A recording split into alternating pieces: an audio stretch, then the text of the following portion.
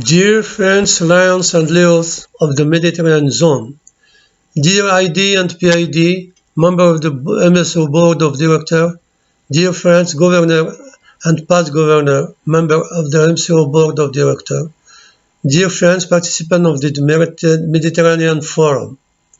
The Coordination Committee of the Mediterranean Observatory is delighted to welcome you to the first MSO Forum. This event is very special to us. We have designed it as a response to the global crisis the world is currently undergoing, a situation that prevents us from meeting as we were used to every year in March to promote our friendship, share our lionistic experiences, and discuss them and activities related to our association. The sanitary conditions, although constraining, haven't slowed down our efforts to find a satisfactory operating mode of our MSO. A first missed appointment in Genoa in 2020, a second one in Tunis in 2021, postponed to 2022, have led us to adapt our organization throughout new means of communication which are likely to be the rule for a long time to come. And here we are today, distant but very pleased to present you this very fully virtual forum under the theme A Sustainable Future for the Mediterranean Area. We would like to warmly thank the technical committee that has done our outstanding job selecting material from the GEN conference, ensuring their translation and setting up the course of all communication without any dedicated budget. We would also like to thank all those who kindly adapted to new technological content to send us their digital communication. I hope you enjoyed the event. I wish you a great forum. Thank you again for your participation.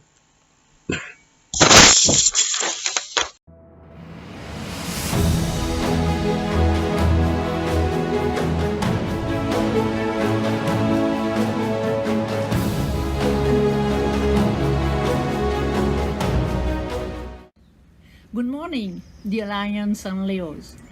I would like to welcome you to this virtual conference of the Mediterranean because of the health situation that prevails everywhere in the world, which has therefore become the Room Mediterraneo. This annual and informal seminar brings together the lions of the Mediterranean countries. It was welcomed by many cities as Taormina, Beirut, Tunis, Malta, Tangier, Perpignan, Dubrovnik, Aix-en-Provence, Athens, and so on. I will not cut them all, always with success and a lot of interest. This conference or forum allows sharing of experiences between the countries bordering the Mediterranean Sea because there are common issues such as the environment, the question of the migrants, the protection of the sea, the seismic and volcanic risks, and so on. The Mediterranean continent is an example of a north-south interface, a world of contacts, which were made in a peaceful or violent way, according to the period. A world of tensions, of divisions. It must therefore be approached in its complexities, its nuances, without forgetting that it is also the departure of several great civilizations to the various cultures and levels of development. For example, there are differences of 1 to 5 and 1 to 10 at the level of wealth, with a very important problem of access to water, and which may foreshadow violent clashes in the future. This complexity is also because the Mediterranean is at the junction of three maritime routes. One, Gibraltar, opens on the Atlantic and America. Second, the Bosphorus on the Gulf and the Caucasus. And third, finally, Suez, that opens on Africa and Asia, with ports recognized for their importance, as Marseille, Trieste, Algeciras, Arzi, and so on.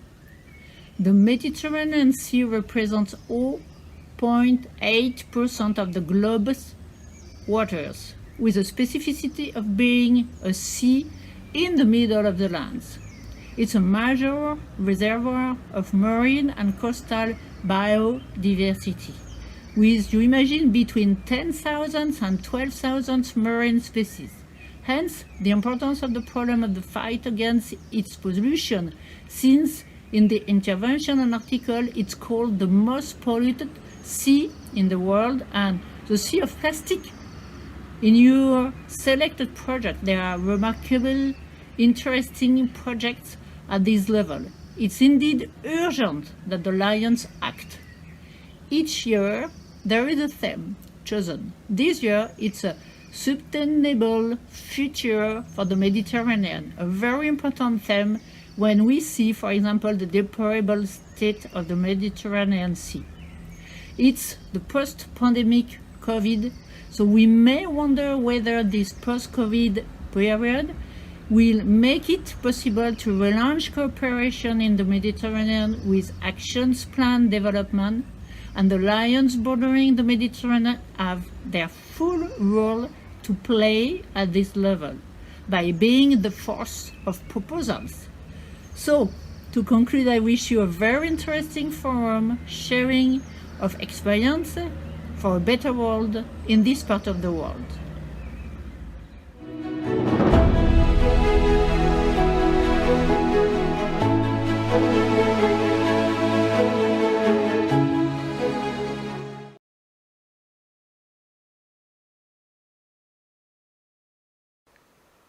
Greetings, dear my lion. I am honored to join you today for this very special event. Even though the way we meet has changed, I am glad to see that it has not diminished our enthusiasm for gathering together to advance our mission of service. Lions have served for more than a century, and we are more important today than ever before. We are men and women, friends and neighbors, mothers and fathers. We are a global force for good. We serve to strengthen our communities and all communities in good time and in time of great need. You and I each made a decision to make a difference, to act, to be the change we want to see in our community. For us, we serve is more than a motto. It is a way of life. Let me share my story about why I serve. When I first became a Lion, I suggested that my club do a project for orphaned children. So we filled a truck with sports equipment, music instruments, books, and drove it to the orphanage. We played soccer and volleyball together. We gave the children lessons on how to play the music instruments. We brought in a meal and we ate with the children. They were so happy. Many of those children were so isolated and lonely. But on that day, we did not sit next to them as a lion. We sat with them as a family, the only family they had. That is the power of we serve and our service as Lions. We all have a story to tell as Lions. Where we come from shapes who we are and what we do. I am from the Republic of Korea. There is a philosophy in my country that I am sure you know, yin and yang. It is about unity, harmony, balance. It is about bringing diverse things together and forming something new, something bigger, something stronger. That is what we do as Lions. You see, we are united in kindness and diversity. That is my president's message. It is easy to understand why. There are more than 1.4 million lions. Each one is unique. We have more than 48,000 clubs, and each serve the unique need of their community with unmatched kindness. We are in more than 200 countries and regions of the globe. Think of all the culture and background we represent. Think of all the experience and skills we bring to our service. The challenge facing our community and our world seems so big. But when we united, we can do so much more things together. We have taken on big challenges for more than a century, and we have come through them all stronger than ever. This past year, we showed the world our strengths. When the world paused in response to this unprecedented health pandemic, Lions did not. We did what the Lions have always done. We innovated, we led. We found a way to serve safely, and since the start of the pandemic, our foundation has provided more than $5 million in COVID-19 relief grant to empower Lions to protect the health and safety of their community. Our service is saving lives. Here is a special video to show how we are doing it around the world. As the world faces the challenges of the ongoing COVID-19 pandemic, Lions recognize that kindness matters now more than ever. And Lions and Leos are finding ways to continue to serve our communities, including ordering food delivery for healthcare workers, holding story time for children online, and providing surgical masks to medical professionals and first responders. Empowering us to do more, Lions Clubs International Foundation has provided nearly $4.5 million in grant funding for COVID-19 relief, and that support continues to grow. For more than 100 years, in times of need, Lions always find a way to help those around them. And after we emerge from this, we will be stronger than ever. Visit lionsclubs.org to learn more. This incredible work is only possible because of you. You are what drives this great association. And for us to keep our great association moving forward, I would like to take a moment to share some thoughts on how we can best achieve this. We must focus on ways to strengthen our membership so we can increase each club's service potential. Remember, no one will ask you if they can become a Lion. You have to ask them, and we all must do our part. We also need to continue to prioritize the health and safety of every Lion and every club. We must be open to new and innovative ways for Lions to serve safely in their community. We must focus on keeping our members engaged by giving them opportunity to lead and learn. We must create a great club experience that meets their need. Let's make sure that there is a place for people of all ages to serve as a Lion, both young and old. Cross-generational membership can significantly increase our membership and our service. We can also create new opportunity to grow our service with a specialty club. Specialty club bring together Lions with a common interest to serve in special ways. I believe they are a key to bringing new Lions together to serve in new ways. Let us continue to serve the pressing need within our communities. And let us also remember our global causes: diabetes, vision, hunger, environment, and childhood cancer.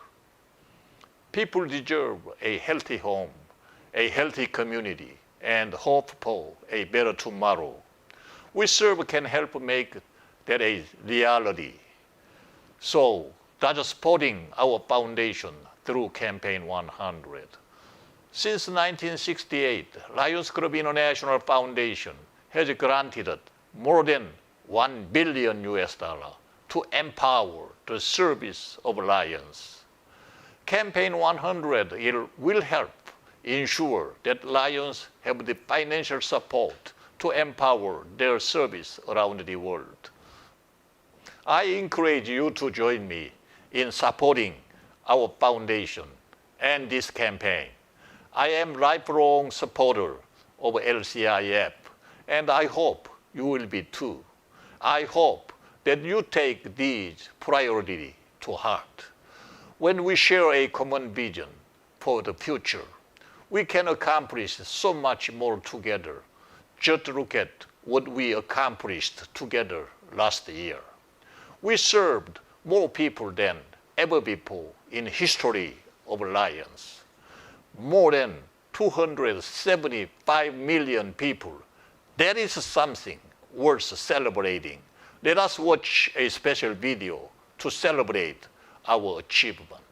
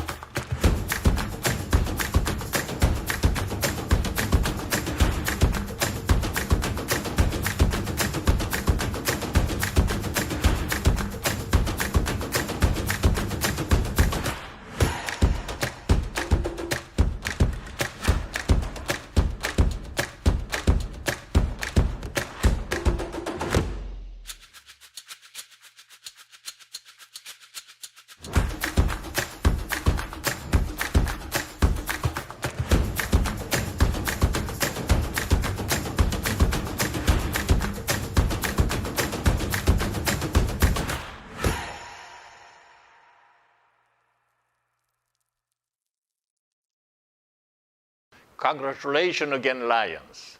Together, you have set a new standard for our service.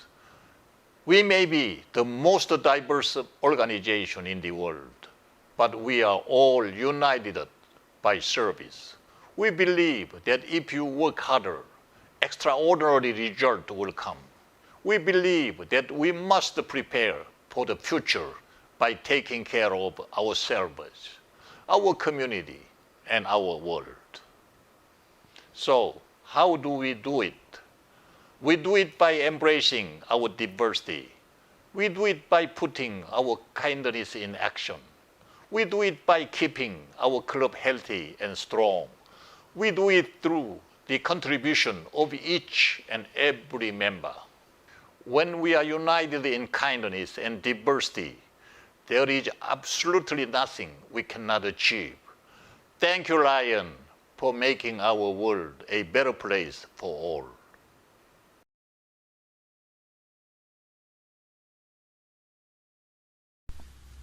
Grazie, grazie davvero Presidente per le belle parole che ha voluto rivolgerci. Siamo molto orgogliosi di avere l'apprezzamento della sede centrale che ha da tempo ormai riconosciuto ufficialmente la conferenza dei Lions del Mediterraneo che si svolge e si realizza ormai da 25 anni. E cari amici mediterranei, sono Massimo Fabio, PAL direttore internazionale e segretario archivista dell'Osservatorio della Solidarietà Mediterranea, che comprende i paesi rivieraschi del Mediterraneo e dei Lions che in questa area stanno realizzando i service. È un è veramente un onore per me introdurre i lavori di questo Forum Mediterraneo, che conclude 2 anni di attività in grandissima parte realizzata in modo virtuale a causa delle ben note restrizioni causate dal dilagare della pandemia.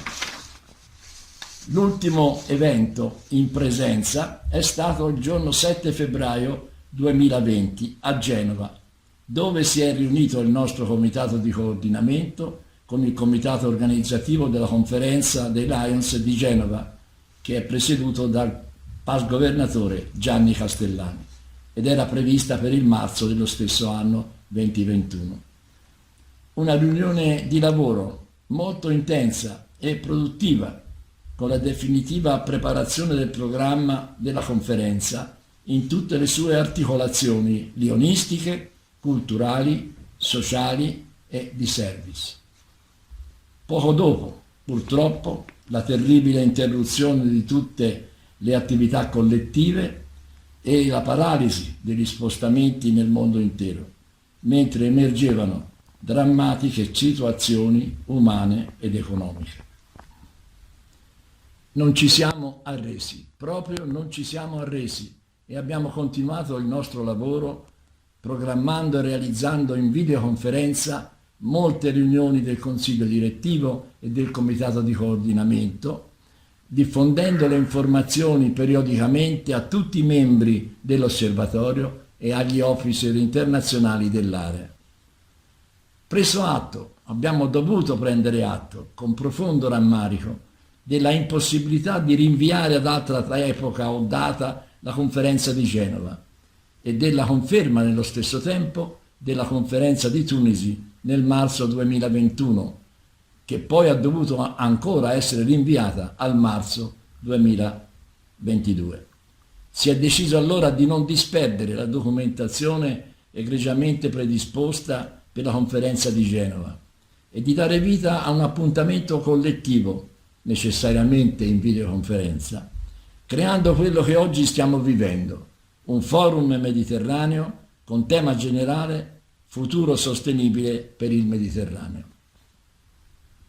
Voi conoscete il programma di questo incontro, che vede la partecipazione delle massime autorità della nostra grande associazione internazionale e si articola con le classiche sessioni della conferenza, quella di argomento lionistico e della Fondazione, in particolare con l'intervento della Presidente internazionale Gudrun Ingvadottir, quella dedicata alle infrastrutture culturali per i giovani nel Mediterraneo e infine quella che tratterà dei cambiamenti climatici e della salute nel Mediterraneo. Grande interesse ha motivato la ricerca di possibili service comuni in tutta l'area mediterranea. Un lavoro paziente e delicato attraverso le sensibilità diversificate dei Lions e dei vari paesi, che hanno infine ristretto le proposte che oggi, per la prima volta in modo ufficiale, saranno presentate dal PAS direttore internazionale Gabriele Sabatosanti e illustrate poi da ciascuno dei proponenti. Un esercizio di assoluta novità a livello di area, che insiste su 2 diverse aree costituzionali, ma che rappresenta la millenaria identità mediterranea, mai perduta nonostante vicende e conflitti che l'hanno contrassegnata e che ancora oggi appare minacciata da egoismi e problemi umanitari. Concluderemo poi l'incontro con la presentazione della prossima conferenza dei Lions del Mediterraneo, che si terrà a Tunisi nel marzo del 2022. La illustrerà il presidente del comitato organizzatore, PAS governatore Mohammed Ben Sheikh, che sarà aiutato anche da un video appositamente preparato.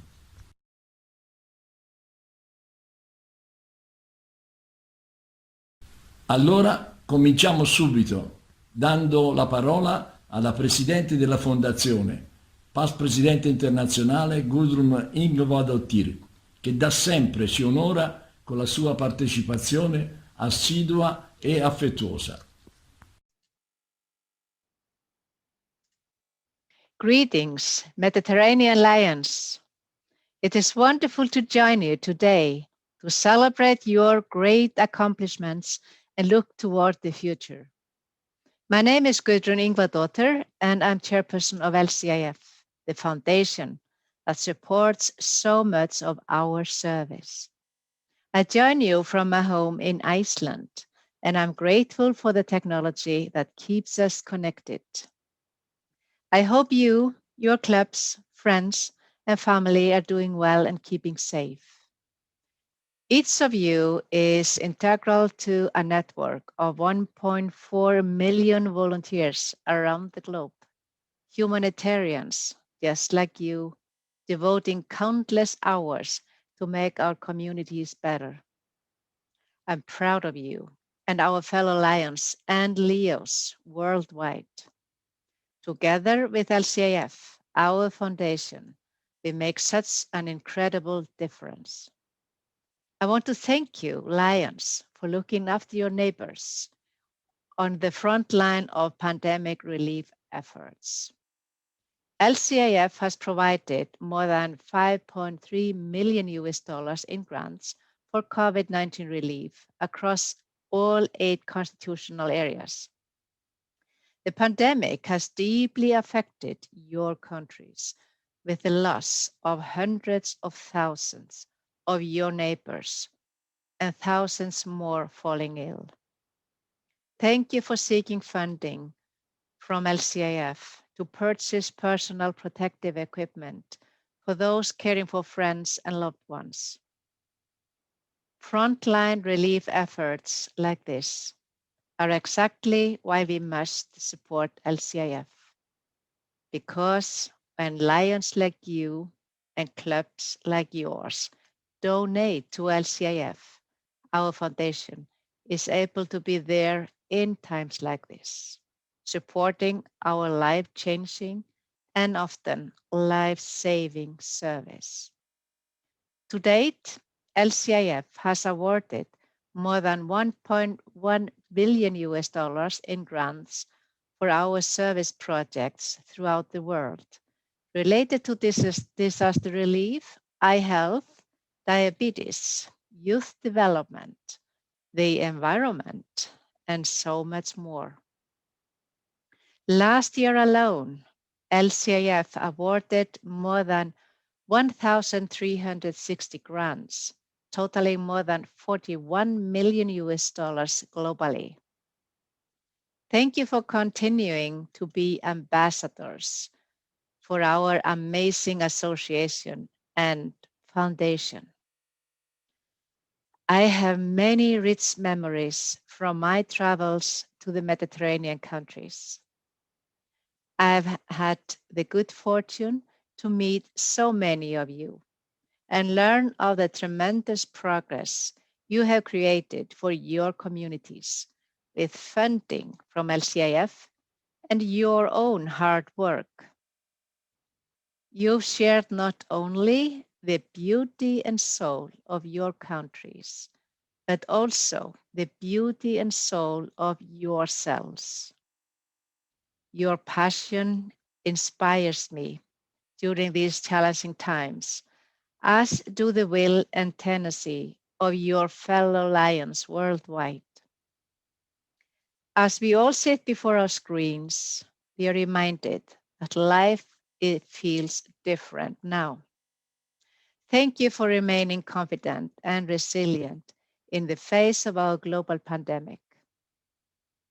Our world has changed dramatically, making the need for Lions like you greater than ever. Keep telling your stories of Lions, LCIF, and all the children, families, and communities we collectively serve. The world needs to hear them. Dear friends, I wish you a most enjoyable and exciting event. And thank you for making Campaign 100 a great success. You make me proud to serve alongside you and to chair Lions Club's International Foundation. Stay well and enjoy this wonderful event.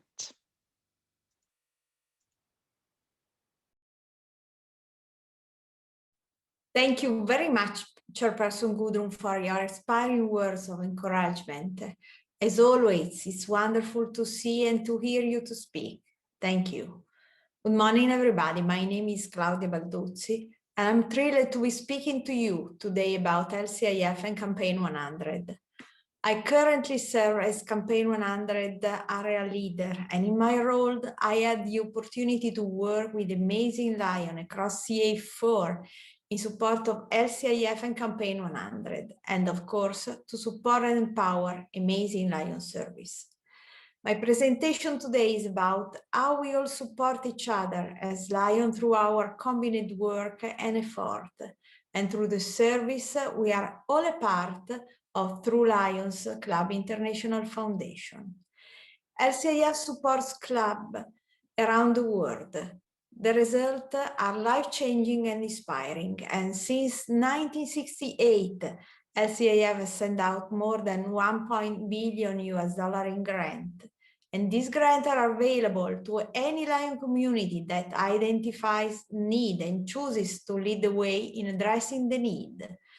In Constitutional Area 4, we have received over 1,500 grants for over $72 million.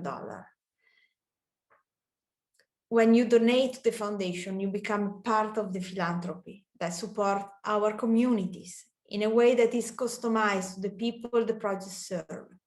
The volunteer-led nature of our project is what is so unique about our work as a humanitarian organization. 100% donation support program and project directly in our community to support those in need. LCIF planned Campaign 100 and its fundraising campaign to help prepare our Lion community for challenges before the pandemic began. Our goal was to prepare to serve our communities whenever they need help. That is why we have expanded our cause areas, and is why our success is more important than ever.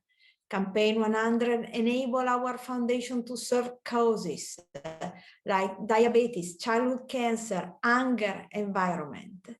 As the need of our world continue to change, LCIF will be here to help Lion meet those needs.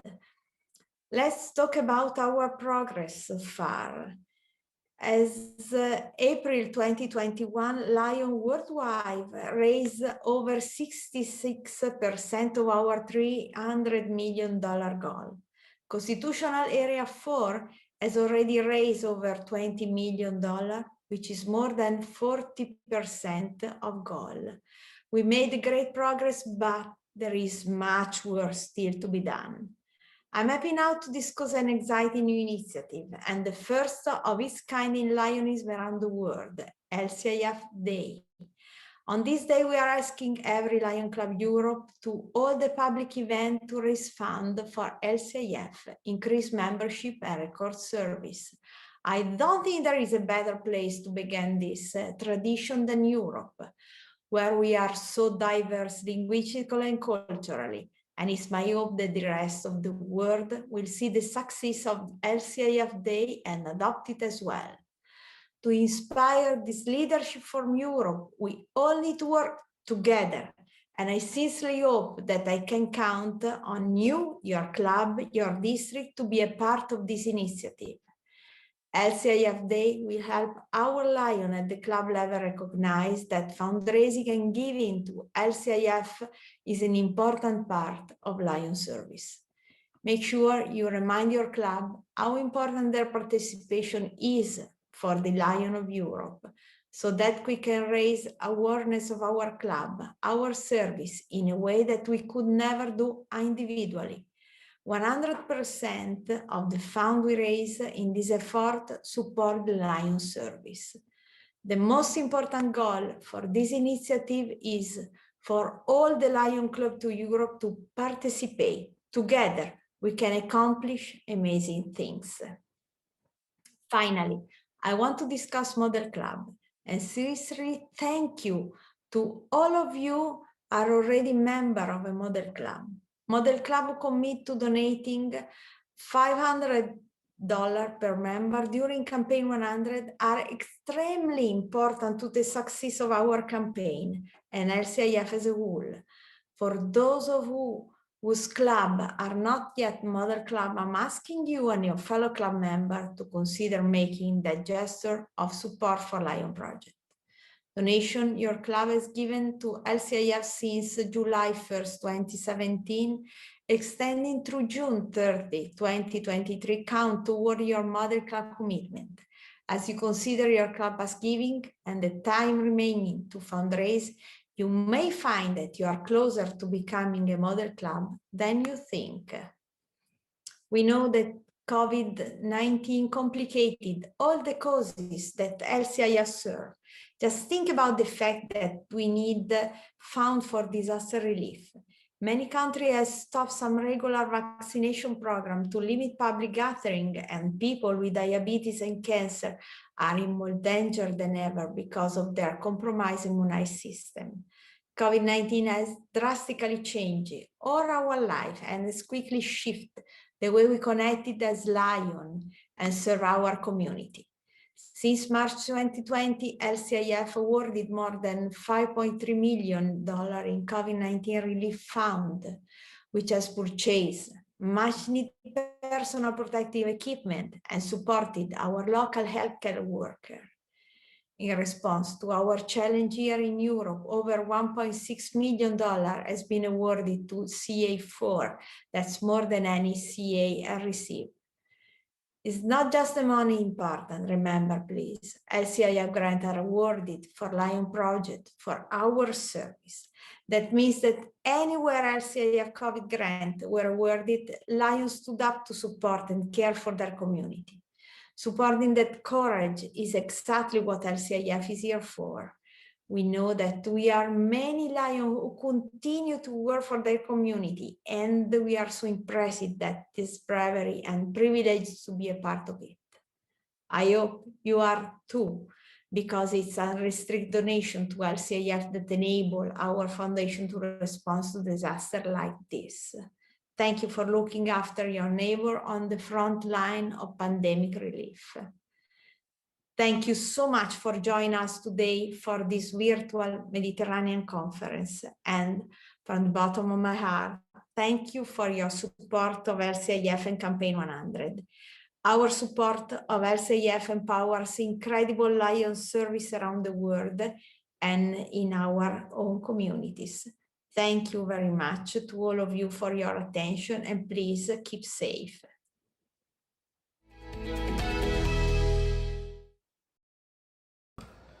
Welcome to this seminar on the global membership approach. LCI has decided to address the development of our membership growth in a more systematic way and with a managerial approach. To this end, LCI has activated a global membership approach program to identify an operational path that, through the experience of some pilot districts, will be available starting from 2023 in all constitutional areas. By reviewing the membership numbers worldwide for the 2019-2020 fiscal years, we hope to gain a better understanding of why there is a need of the global membership approach. In fact, it can be verified that in all constitutional areas, except for Africa, there has been a decline in the membership. We understand that COVID-19 had a great impact on this number, so to get a better understanding of where we stand in terms of membership decline, let's review our 3 years trends. Although our 3 years trends worldwide are substantially better than our total from last years, it is important to show the consistent membership decline that our organization has been facing over the last 3 years. By uniting together under the global membership approach, we hope to provide our clubs with support they need in order to retain our vision of being the global leader in community and humanitarian service. For the 2019-2020 fiscal year, in the primary goal for the 9 pilot districts who participated in the process was to achieve a positive membership growth. We had hopes in January and February of achieving this goal, but COVID delayed many of the plans to chart a new club and add new members in the third quarter. Even with the global pandemic in play, the pilot district showed positive improvement for the number of new club charters and net members added.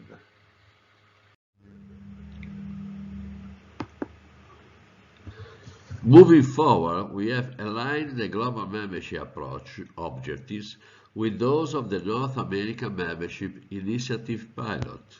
Here you see that our objectives are to rejuvenate districts with new clubs, revitalize clubs with new members, remotivate our existing members with new fellowship and exciting service.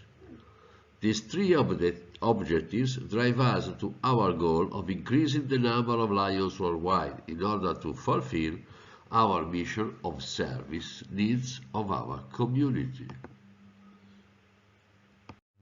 For the 2020-21 fiscal year, the executive officers have asked Global Action Team leadership across all constitutional areas to conduct their own peer pilot programs to learn more about how to regionally adapt the process to best fit the needs of their communities. For constitutional areas 1 and 2, every district had the opportunity to opt into the process, while constitutional areas from 3 to 8 are beginning their journey by choosing district to participate and will begin training the pilot district in the first quarter. Worldwide, Global Action Team leadership will drive the process and provide support and ensure accountability is maintained in each constitutional area. Lessons learned from all districts participating in the pilot during the 21-22 fiscal year will help develop the regional adaptation to the process in preparation for global expansion in the 22-23 fiscal year. The districts participating in the global membership approach follow a 4-step process: create a team, create a vision, develop a plan, and build success. From the club level to the Global Action Team leadership, we will need to choose the team membership who will be dedicated to helping the district thrive in the year ahead and will continually support each other throughout the process. The global membership approach has 3 objectives: regenerate districts with new clubs, revitalize clubs with new members, and remotivate members with new fellowship and exciting service. Each of those is a global membership approach areas of focus, along with providing training and support for our Lions leaders. Without that, none of the other objectives are possible. You see the 4 areas of focus summarized as new clubs, new members, member satisfaction, and leader support. This chart is just a sample of how you can organize around the 4 areas of focus in your district. You can organize the teams however you'd like with as many people as you need. This includes comprising your team with Lions of various titles, even those at the club level. Remember, your district, your way. When thinking about your team, something to consider is to choose members who are interested in advisement, want to shape the membership experience, are accountable, and are willing to communicate. In the end, choose members who are dedicated and the best fit for the role. The district GMT coordinator has been named the point person for leading the initiative in the district.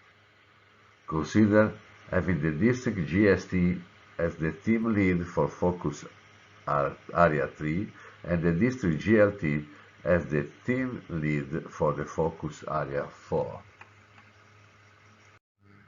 In the build a vision phase, a process is envisaged to analyze the current situation of the district and set goals for the future. Let's look at the performance of our district. Here are our membership number and people served for this year and the last year, as well as the 3 years retention rate for new members and the percent of our clubs reporting service activity. We look at the service total to remind us why we are focusing our efforts on membership. Imagine if we were able to serve more members this year compared to the last. What kind of impact could we make in our communities? Are we happy with this number? Can all of us working together do better? If we are not happy with these trends, it's time to change. We identify the paths for the improvement of our district. Strengths and weaknesses are internal to our district and communities. Think that you can have some control over and can change. Examples include who is on your team, the type of service activity clubs in your districts, and the quality of our member experience. Opportunity and threats are external, things that are going on outside our district and communities, in the larger market. You can take advantage of opportunities and protect against threats, but you can't change them. Finally, we will build a plan which leverages our strengths and minimizes our weaknesses, takes advantages of our opportunities, and minimizes the impact of threats. We will need to define a goal for each area of focus of the global membership approach. SMART stands for specific, measurable, actionable, realistic, and time-bound. We will also start talking about how we will participate in achieving goals. SMART goals help us set realistic and attainable accomplishments that can be measured over time. By setting SMART goals, we can hold our team accountable and monitor the progress made along the fiscal year. It will be necessary to develop our own global membership approach plan. This is an example to use to create an action plan for each of the established association goals, indicating each parameter in the form.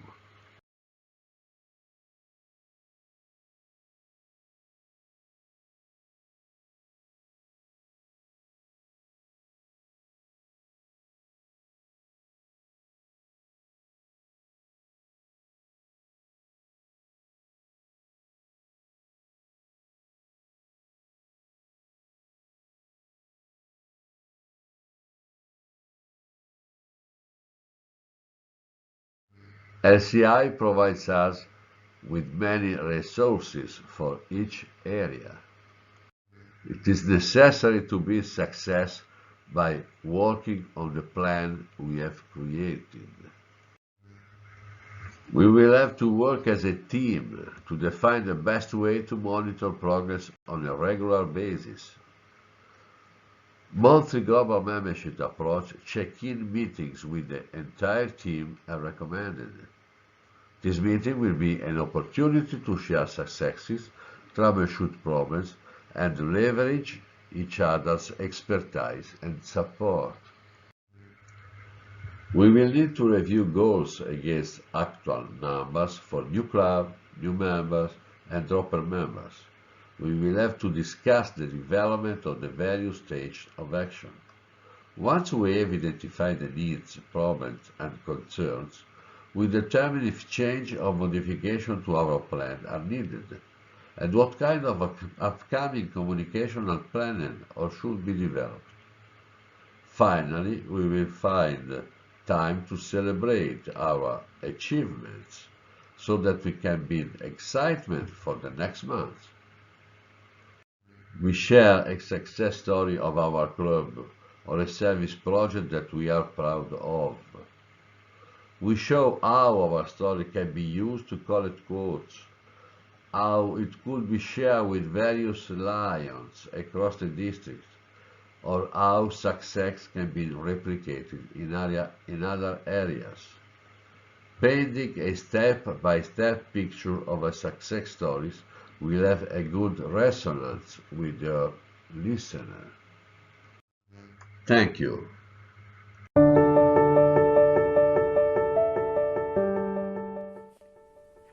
Buongiorno a tutti. Oggi voglio parlare con voi della sostenibilità e di quanto noi Leo siamo al primo posto per dare il nostro contributo. La sostenibilità, da definizione su vocabolario, è la possibilità di essere sopportato, specialmente dal punto di vista ecologico e sociale. Come affrontiamo noi Leo una sfida come questa? Andiamo a vedere. L'Agenda 2030 dell'ONU e i suoi 17 Sustainable Development Goals si concentrano sul raggiungere una sostenibilità globale. I Leo e anche i Lions hanno la possibilità di attenzionare i propri service alla sensibilizzazione dei giovani e allo sviluppo di una coscienza sostenibile nelle persone, obiettivo fondamentale se vogliamo fare qualcosa per non rimanere a guardare. Prendiamo ad esempio i goal 6, 7, 13, 14 e 15, ovvero i goal riguardanti l'ambiente. Noi Leo italiani, ma anche europei, siamo molto sensibili a proteggere il pianeta in cui viviamo, tanto da portare avanti il progetto Leo4Green. Tante le attività che tutti i club svolgono, dalla campagna di sensibilizzazione Plastic Free a quella sul limitare lo spreco dell'acqua, dalla raccolta tappi di plastica e riciclaggio consapevole, alla salvaguardia delle aree marine e quelle verdi, con la pulizia di spiagge, parchi e fondali marini. Inoltre, è altrettanto importante coltivare uno sviluppo sociale sostenibile, così come mirano a disciplinare i goal 4 e 5, istruzione di qualità e parità di genere. I Leo organizzano moltissimi service per i giovani e con i giovani, dal progetto Kairos, che mira a sensibilizzare le persone sui temi della disabilità, ai campi per giovani disabili, sparsi per tutta Italia, che offrono un'esperienza unica ai giovani con disabilità insieme ai Leo e Lions, al progetto B-Leo per lo sviluppo trasversale di competenze nei giovani attraverso esperienze di vita Leo all'interno del contesto scolastico. Con riferimento invece ai temi relativi alla parità di genere, i Leo hanno l'obiettivo di far riflettere i giovani sui temi della discriminazione di genere e della violenza sulle donne, come con il progetto Leo4Women, attraverso webinar e anche grazie alla realizzazione di un cartone animato in collaborazione con i Lions. L'obiettivo è di formare e informare sull'importanza di creare le stesse possibilità per tutti, indipendentemente dal genere, dall'etnia o dalla religione. Pertanto è decisamente necessario uno sviluppo sociale sostenibile. I Lions erano lì 75 anni fa ad assistere alla nascita dell'ONU. Quale opportunità più grande di celebrare questo anniversario se non collaborare ad un disegno più grande? Per poter parlare di sostenibilità e poter rendere il mondo migliore, abbiamo bisogno di collaborare sempre di più con la nostra comunità e supportarci l'un l'altro, non solo tra persone, ma anche tra associazioni, come suggerisce il Goal 17. Dobbiamo lasciare ai nostri posteri un mondo migliore di come lo abbiamo trovato, perché non esiste un pianeta B.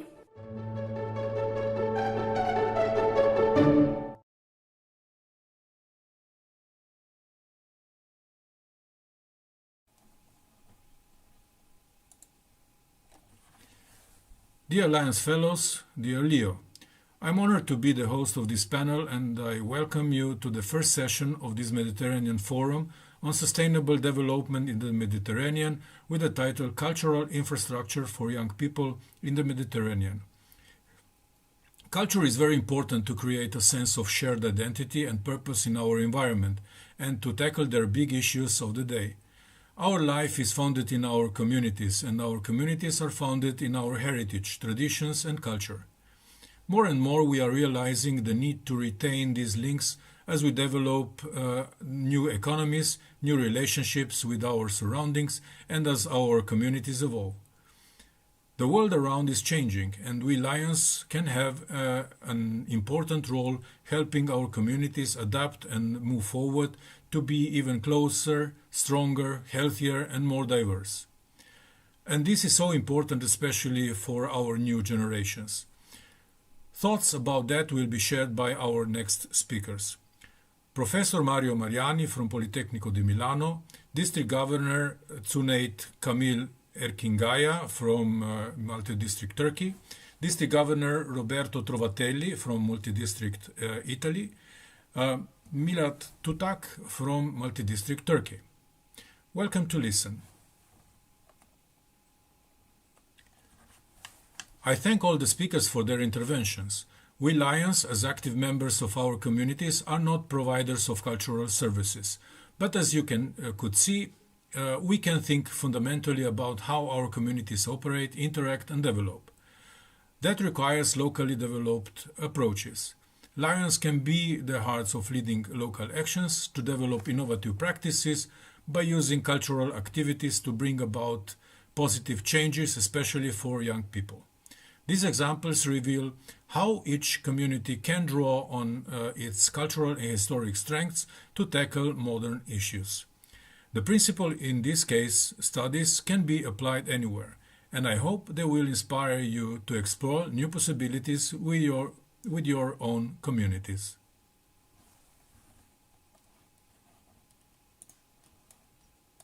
Bring innovation in education, a new teaching learning experience for Mediterranean youth. How could we implement important innovation processes in the areas of teaching, training, and dissemination? Innovating education means to put the student at the center of the learning process. By adopting innovative didactical approaches and strategies, by exploiting digital technologies and avant-garde tools, by focusing on active learning, the learning by doing, by opening the knowledge, and by supporting the collaborative learning. And also to overcome frontiers for spreading culture by sharing experiences and resources, being inclusive, having a massive impact, engaging students, society, general public, disseminating knowledge worldwide, anytime, anywhere. A MOOC, Massive Open Online Course, represents an opportunity to innovate the teaching approach and the learning experience. It can stimulate interest towards specific topics. It talks to different target groups, making them familiar with unusual matter. It can improve awareness and critical thinking and contributes to disseminate knowledge. Would you try an immersive learning experience in radiochemistry and nuclear chemistry through a MOOC?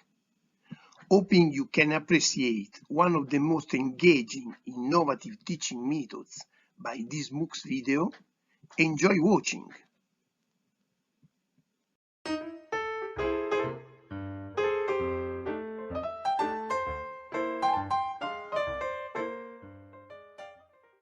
Radioactivity is part of nature.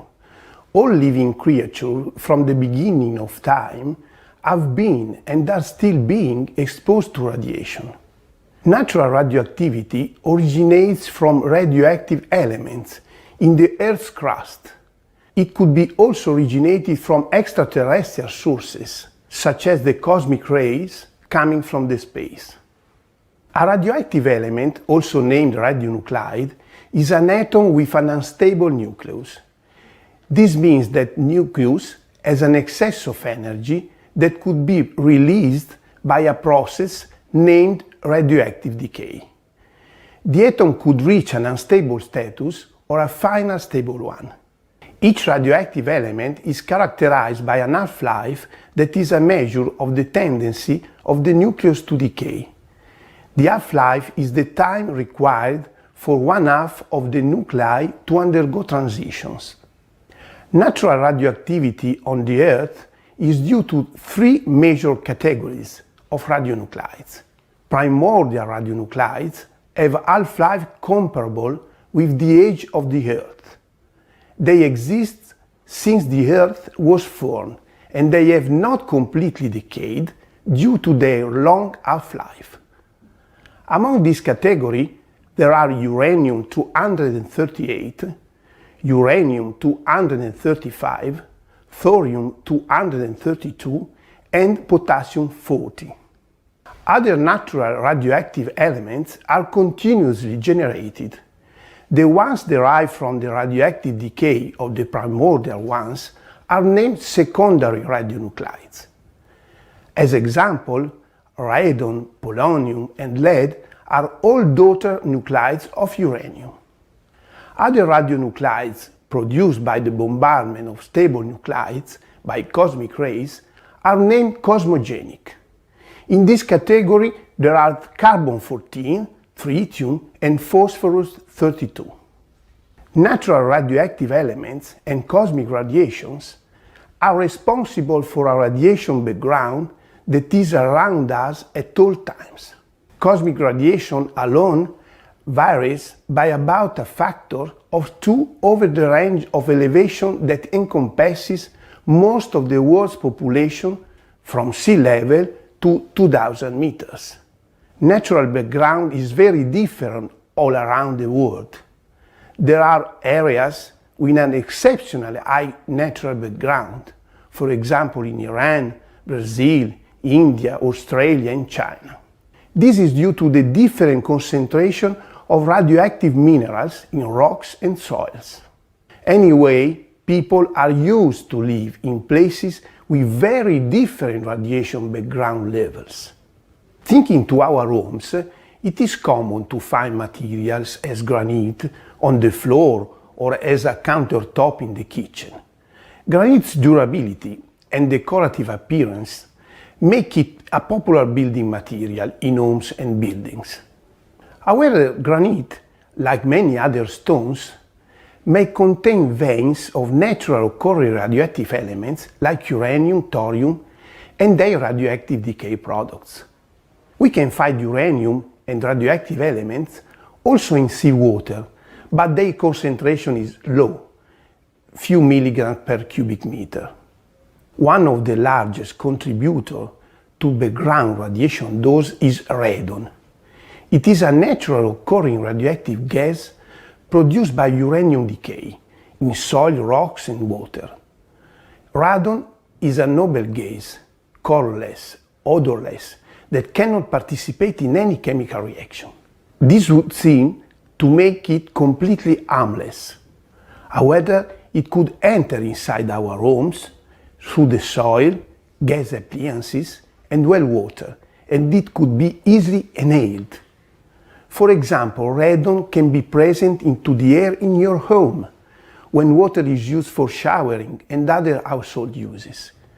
Sometimes it could be necessary to measure the presence of radon because it decays into other solid short-lived products. Such solid radioactive products could be trapped into the human lung, and by decaying they could cause health risks.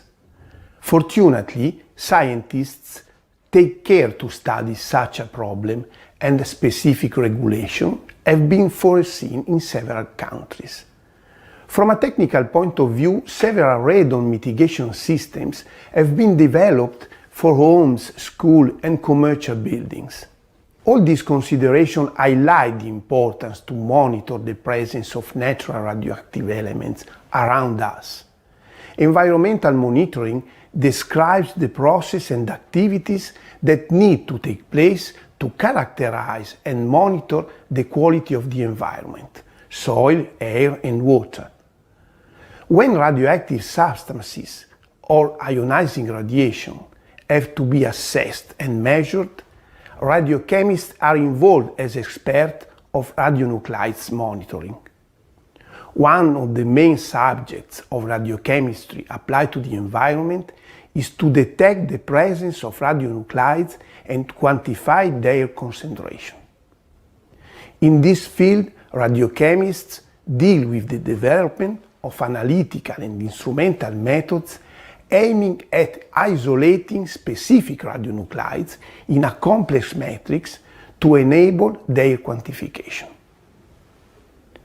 We have discovered that radioactivity is an integral part of our environment. We can find radioactive elements in soil, rocks, water, and atmosphere, and radiochemists can support the development of suitable solutions to live in a safe and human-friendly planet.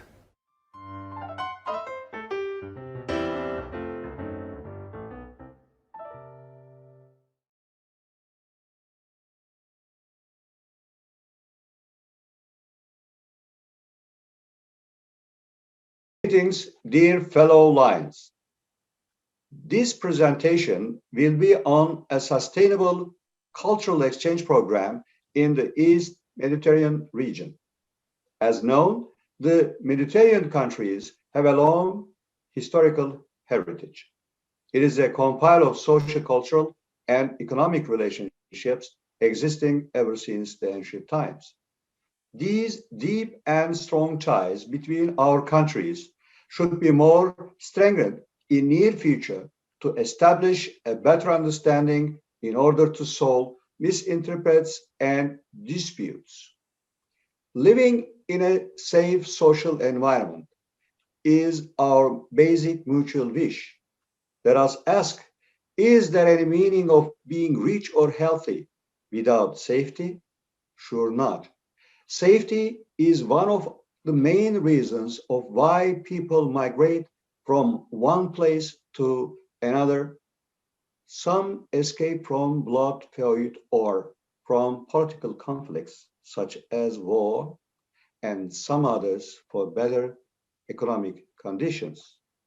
The civil war in Syria causes too many sad stories for the ordinary people. Result of these compulsory conditions, the migration driven by different corps turned into a refugee waves of millions. Unfortunately, humanity and tolerance are testified once again in the Middle East. All these difficulties are just for a safer environment for themselves and for their families.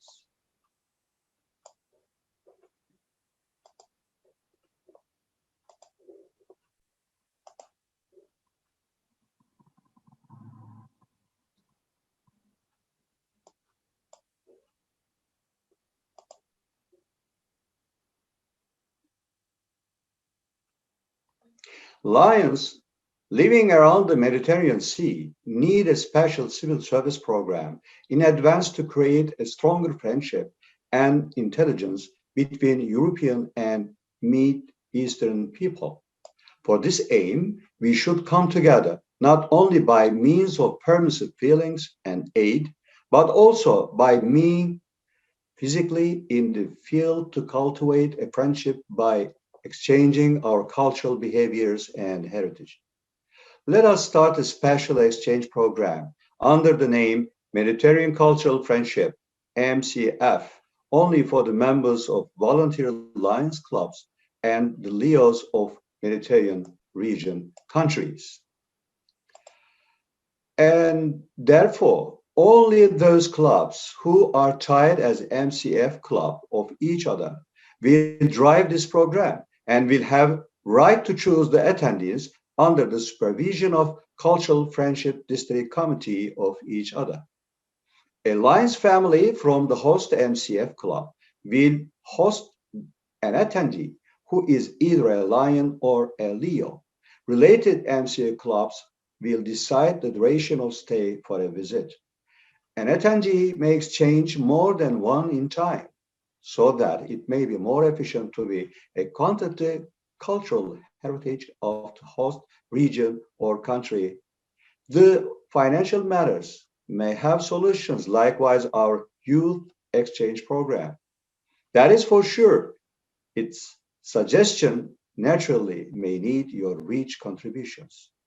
The expected outcomes of this MCF Club project are: 1, to create a good collaboration and closer understanding between the club members who know needs of both sides. 2nd, to perform various service activities and or projects on intelligence for both sides in near future. 3rd, sustainability will be the most beneficiary outcome expected.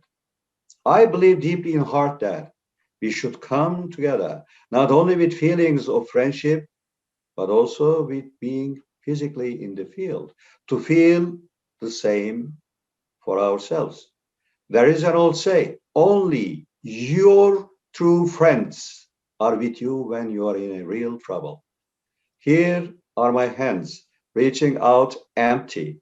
For becoming true friends, all you have to do is to fulfill with your true heart. Thank you for your time. Carissimi Lions, sono Roberto Trovarelli del Lions Club Milano Host, governatore del distretto 108 di 4. Questo intervento, un anno fa, avrebbe avuto come linee guida l'utilizzo degli strumenti di trattamento delle informazioni per la diffusione della cultura tra diversi popoli che si affacciano lungo le sponde del Mediterraneo. Oggi l'emergenza sanitaria e sociale che stiamo vivendo ha reso preponderanti i temi della diffusione dei contenuti per la didattica a distanza, di aumento delle diversità di possibilità di accesso alle risorse formative, determinate dal luogo di residenza o dalle capacità economiche delle famiglie e di un maggior supporto ai giovani con varie disabilità. I Lions italiani hanno una lunga tradizione, sin dalla fondazione del libro parlato Lions di Verbania nel 1975, nella diffusione di contenuti culturali con strumenti innovativi. L'evoluzione di strumenti per la gestione delle informazioni in rete e di tecnologie per l'impiego di contenuti multimediali hanno negli ultimi anni permesso lo sviluppo di numerosi progetti. Tra tutti, per esperienza personale e conoscenza diretta, voglio portare alla vostra attenzione due iniziative, Descrivedendo e Selecco. Si tratta di due applicazioni portate a compimento ed attualmente operative, rivolte rispettivamente alla possibilità per gli ipovedenti di godere della bellezza delle opere della Pinacoteca di Brera di Milano e di un aiuto concreto alle capacità di lettura per i ragazzi affetti da disturbi specifici dell'apprendimento. Descrivedendo si basa sul principio della suddivisione dell'opera in aree identificate da un reticolo e dalla descrizione puntuale dei contenuti di ogni riquadro. L'utilizzo di tecniche narrative specifiche e molto accurate riesce a ricostruire l'emozione complessiva dell'opera, dando la possibilità all'ipovedente di goderne la bellezza. In questo caso, l'impiego di tecniche classiche, quali l'immagine e la voce, permettono di ottenere il risultato rivoluzionario di far emergere dalla penombra ciò che viene celato al visitatore. Selecco è un metodo basato sulle più moderne tecniche di lettura digitale del testo, nato su specifiche dettate da uno dei più importanti centri di ricerca europei sulla dislessia. L'utilizzo della voce digitale opportunamente modulata nel tono e nella velocità, abbinato allo scorrere del testo con velocità, tipo di carattere e colori opportunamente scelti, aiuta il lettore a superare le difficoltà proprie del dislessico, migliorando in modo significativo la sua capacità di lettura.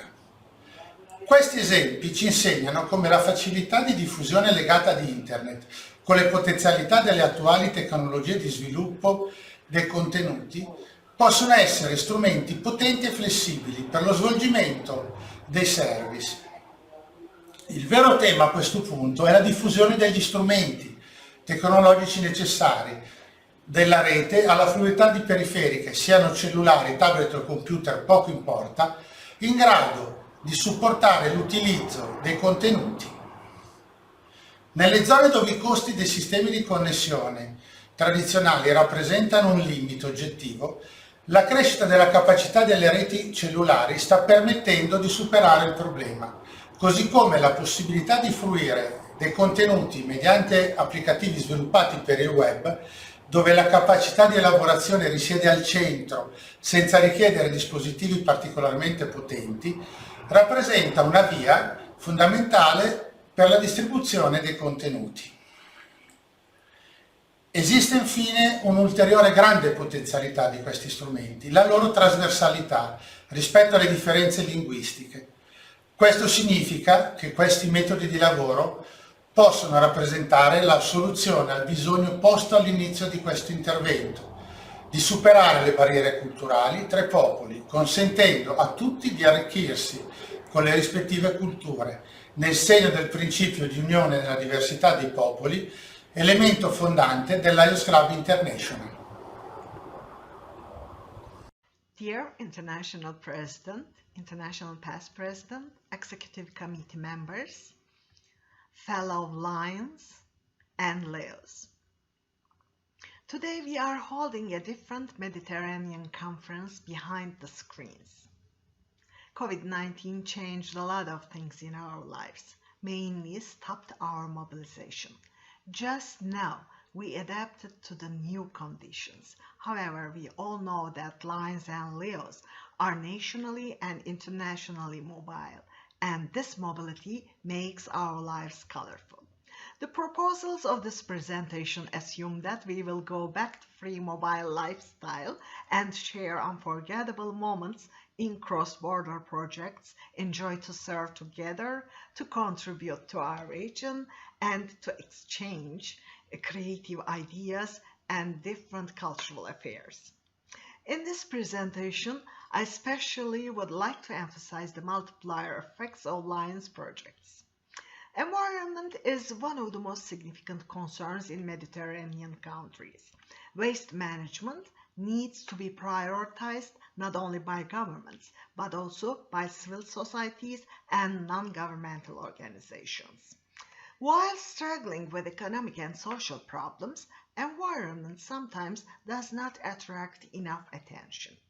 Local needs take priority over regional ones. However, regional cooperation and solidarity may create incredible opportunities for the service journey of Lions and Leos in Mediterranean. It is possible to raise funds through waste management to finance joint national and multinational projects to serve immigrants, diabetics, children struggling with childhood cancer, and other groups. Mutual cultural interaction and exchange of ideas among the Lions and Leos, as a byproduct of our joint services, boost the friendship and understanding in the region. Collection of plastic bottle caps can turn to a wheelchair campaign for the physically handicapped people. Funds raised by recycling textile waste is possible to finance an educational program for the cultural adaptation of immigrants. Recycling of plastic waste does not only help environment and pollution problem, but also produces a food plate or water cup for pets. Electronic waste of our homes or offices, such as unused computers, can become a hope and opportunity for the students studying in distance learning at home. We all know that our service journey needs funds, time, team effort, careful analysis of needs, precise diagnosis of problems, good communication, understanding, and effective leadership, putting emphasis on kindness. Diversities are our advantages. So, any project that will be executed together from the initiation stage to the final step will require stronger communication, further sharing of ideas, more cultural awareness, and interaction among the parties.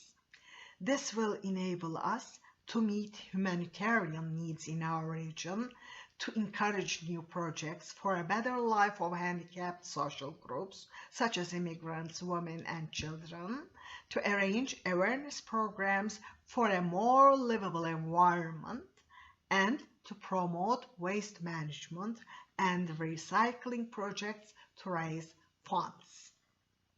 Can we initiate cross-border joint projects between neighbor countries such as Turkey and Greece, or France and Spain, like we execute the projects in our local communities? Is it possible to initiate local projects simultaneously in different countries? All seems to be possible. The most importantly, the interaction between Mediterranean youth will result in mutual cultural exchange and more understanding, leading to the further cooperation for the sustainable future of Mediterranean region. It is so nice to meet you, even for 5 minutes on the screen. Stay healthy, stay safe, and stay ready for Lions and Leo's distinguished service journey. Greetings from Turkey.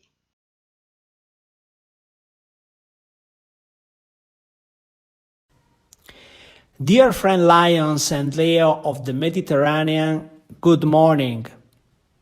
My name is Gianni Castellani, 108EA2 District PDG, and I would like to introduce you to the second session of the forum dealing with the theme of climate change and health in the Mediterranean. The distinguished speakers address this important issue in several aspects, from the agri-food sector in a context of a sustainable production, to the water and energy problems, to health problems related to climate change. As you know, climate change is now one of the challenges facing humanity, a challenge that can no longer be postponed. The study of the components of the climate system has shown that the Mediterranean is one of the most at risk from climate change regions, exposed to major dangers such as erosion, floods, fires, and drought. The prediction of an increase in global temperature of about 1.5 centigrade would involve extreme climatic events, because being the Mediterranean Sea shallow, its waters health faster than the oceans. Scientists tell us that global warming caused by anthropogenic greenhouse gas emission has increased the probability of events in more than 80% of the global surface. The Mediterranean is at the high risk of desertification and fires. The damage to human health and the territories are not yet visible but are devastating. This is very important because social growth in the Mediterranean countries depends on the preservation and achievement of its natural resources. It's therefore essential to implement a reduction in air pollution and the sustainable development process, considering the environment not as a limit but as a resource and an incentive. Urgent and more specific prevention actions, national policies and strategies for migration and adaptation to climate changes are needed. Protecting the environment to improve our communities is one of the 5 world Lionism challenges of the second centenary. We all have a responsibility to keep our planet clean, safe and healthy for future generations. An healthy planet is critical to everyone's well-being, and Lions want to make their contribution. Thank you for your attention, and I shall now give the floor to our reporters. Professor Piero Nasueli, University of Bologna, PDG Samir Samra, District 351 Lebanon, PDG Nadia Parov, District 129 Slovenia, Lion Iman Kafa, District 415 Algeria, and Lion Banu Demet Sonmez, District 118E Turkey.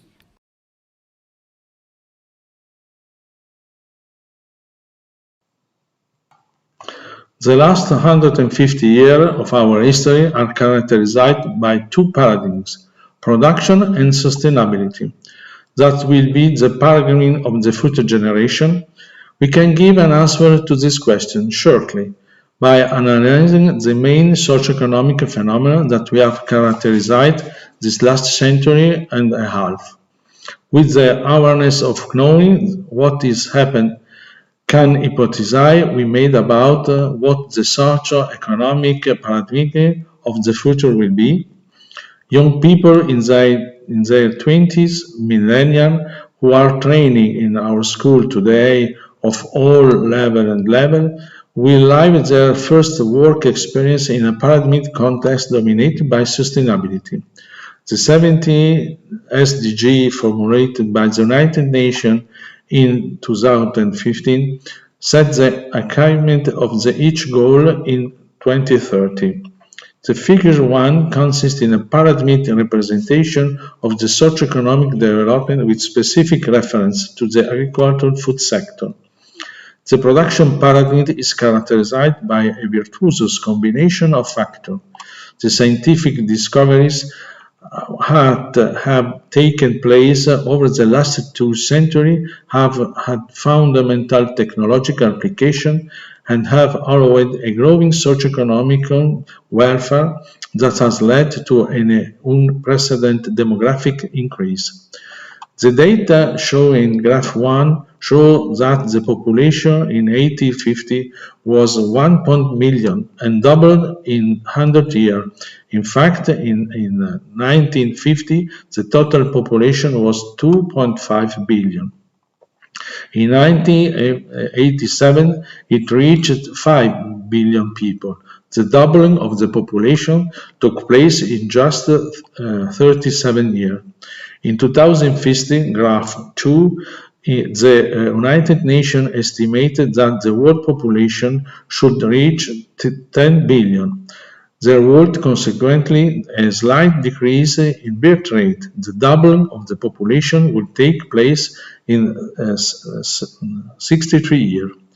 After 2050, population growth slows significantly, and by the 2100, it would amount to 11 billion people.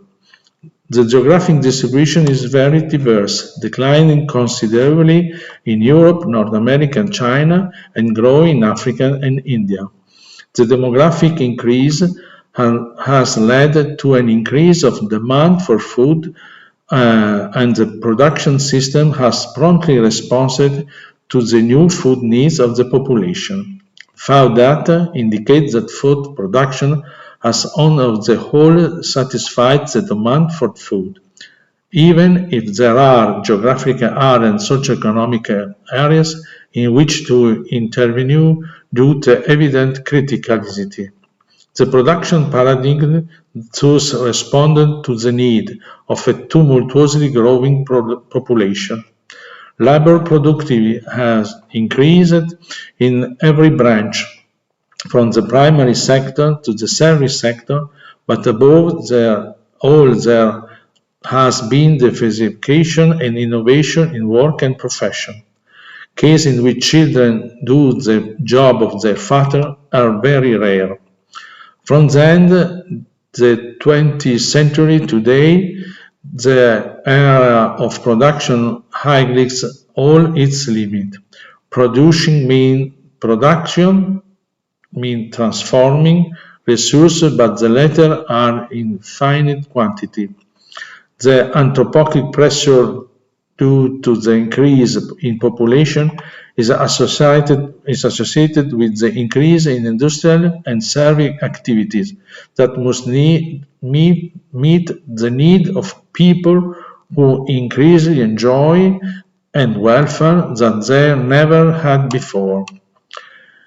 It is well known that welfare and wealth are certainly not equally distributed. There are still too many economic disparities both between countries and between countries. This difference creates tension that results in war between nations or bloody internal conflict. Certainly, there are many situations on which one should act more coherently. Think about the good for other and not just individual interest. The production paradigm has a consequence that we synthetically define global pollution with the consequent climate change. At the end of the last century, a group of people realized that the exploitation of resources will have to come to an end and join environmental movement. In those years, the most used term was recycling and reuse, but government and political forces did not manifest an environmental sensitivity. The shock of a planetary dimension will convince government to take direct responsibility in defining a new global paradigm capable to guaranteeing a future for the next generation. Sustainability. Sustainability is defined as an articulated, integrated, adaptive process, and the 17 SDGs set out, defined, and approved by the United Nations represent an obligatory part and are the answer to many needs of this troubled era. The tasks that fall to the current generation, who are at the height of their productive and professional capacity, is to change the world from the paradigm of production to that of the sustainability. It is a difficult task. How behaviors must change in almost all areas, from home to work. For example, epochal changes are expected in agricultural production that should not scare us because we have all the tools to carry them out. That we often lack is the courage to do. Yet we Lions can draw inspiration from the example of our founder Melvin Jones. He changed the way we come together to share a common goal, that of making a better world. To achieve the objective indicated by the SDG, the path will not be straight. There may be delay and some default, but it is a market path, and it is unlikely that there will be a reversal of the trend globally. Before the outbreak of the pandemic, the European Union developed the program called Green Deal. It is an accumulated series of funding for that has been called the Green Revolution of the European Union economic policy. The COVID-19 pandemic has further urged governments around the world to adopt expansive economic policy to review economic development, which is currently stalled. The funding provided is intended for the renewal of many technologies, especially in the energy sector, transport and production technique. A complex and articulate series of indicators will allow us to assess the environmental impact of the intervention, which in any case must comply with the specific SDGs. Sustainability is therefore a challenge to change and trusted to the current workspace for the next 10-20 years. In global terms, I believe that there are all conditions for achievement of objectives of the SDGs. Just as a rapid demographic increase was one of the elements that completely changed our society, so the transition from the sustainability paradigm to a new paradigm paradigm must take place relatively quickly. Our future will, once again, be determined by the technological application of a fundamental scientific discovery of recent decade. Among all the innovation, I believe that artificial intelligence represents the technology that will allow us to move from the paradigm of the sustainability to that of the welfare.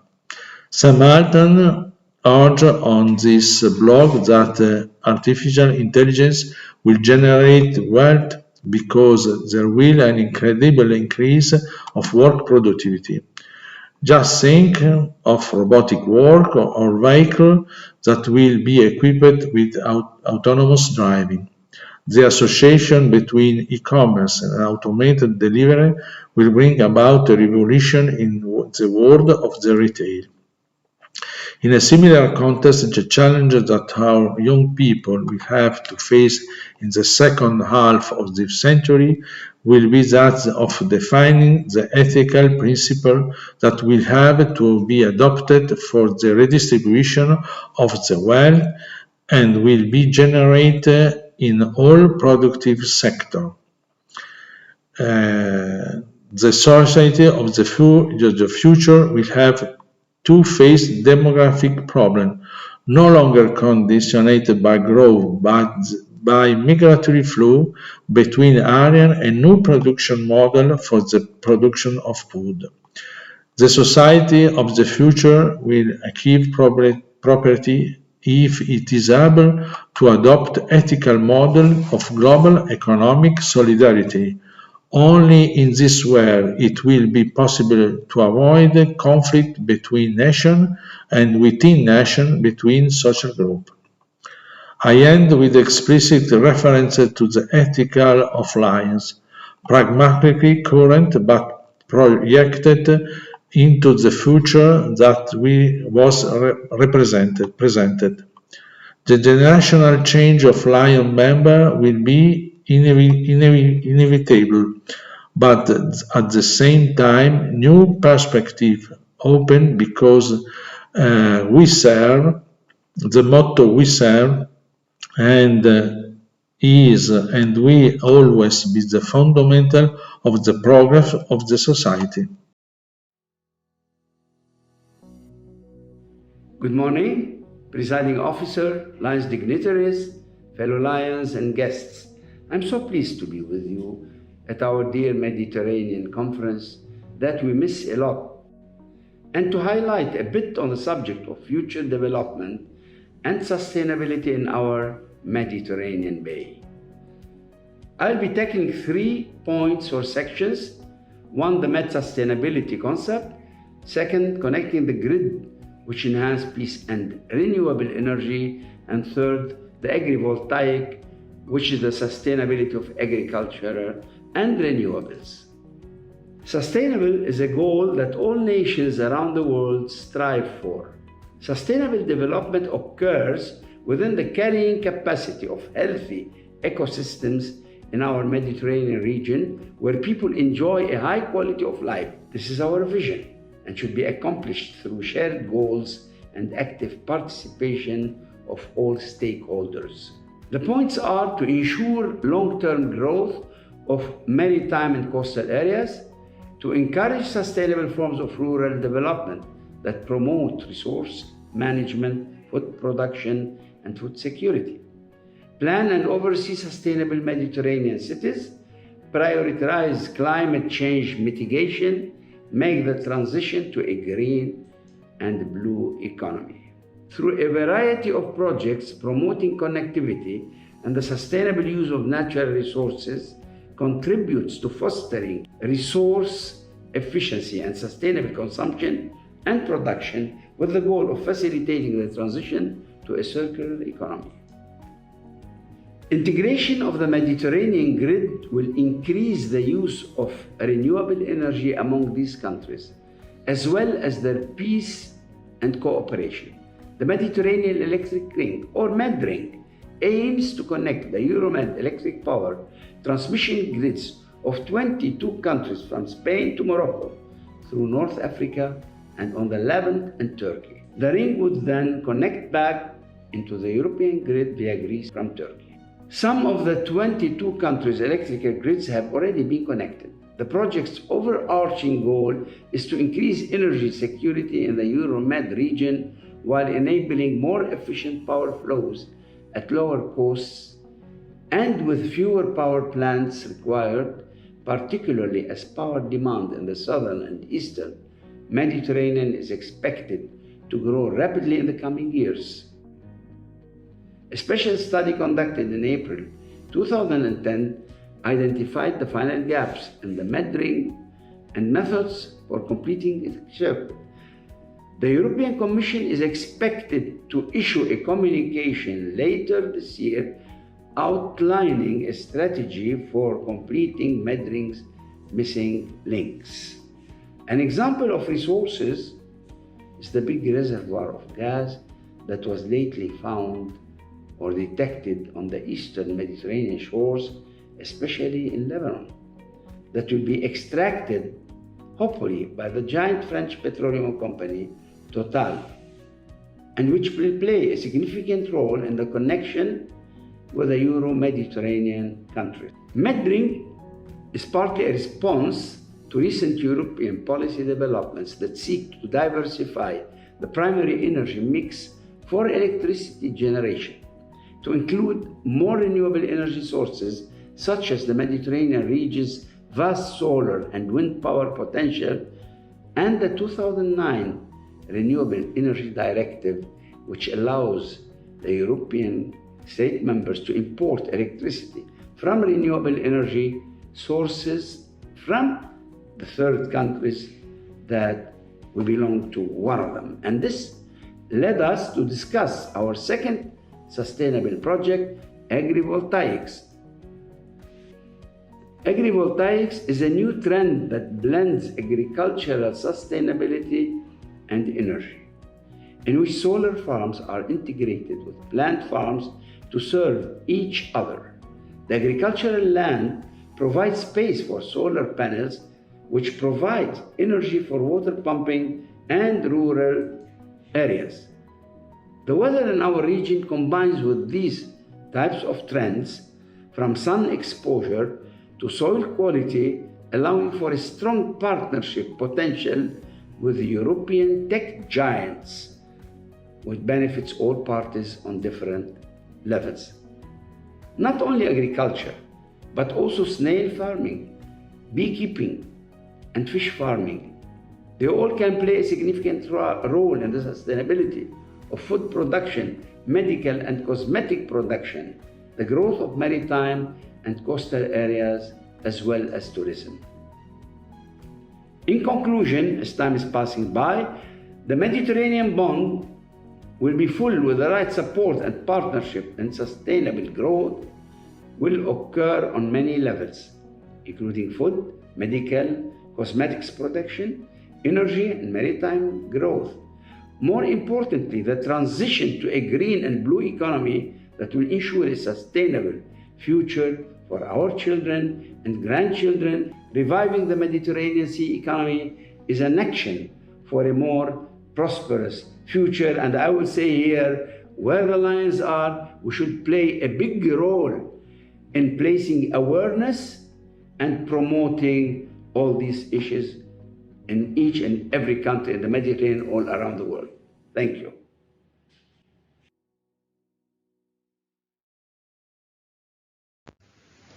Measurements of black carbon effects on the climate, presented by IPDG Nadia Pahor-Bizjak from District 129, Slovenia. What is black carbon? Black carbon represents a big part of polluted air particles. These are small, visible black particles. They affect human health and they cause lung and vascular diseases. It affects on global warming and the climate. It is the second most important element of global warming and the cause of climate change. It is inert and transported over large distances with atmospheric lifetimes of between 1 week and more than 1 month. What causes black carbon? Combustion of carbonaceous fuels for energy inevitably results in gaseous and particulate emissions. An important product of incomplete combustion is aerosolized black carbon. Black carbon efficiently absorbs light in a broad part of the spectrum, particularly in the visible. It is a unique tracer of emissions caused by combustions of carbonaceous fuels, since there are no other sources. Biomass is a desired energy source as it has very small contribution to atmospheric CO2 compared to fossil fuel. The efficiency of biomass combustions can be very variable. Combustion at low temperatures can cause emissions of very high concentrations of black carbon and other carbonaceous aerosols, which also absorb light, like brown carbon.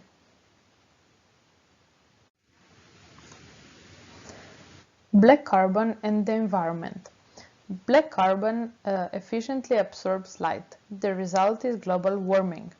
Black carbon causes regional as well as global climate change, with regional being more pronounced due to the large heterogeneity of black carbon in various regions.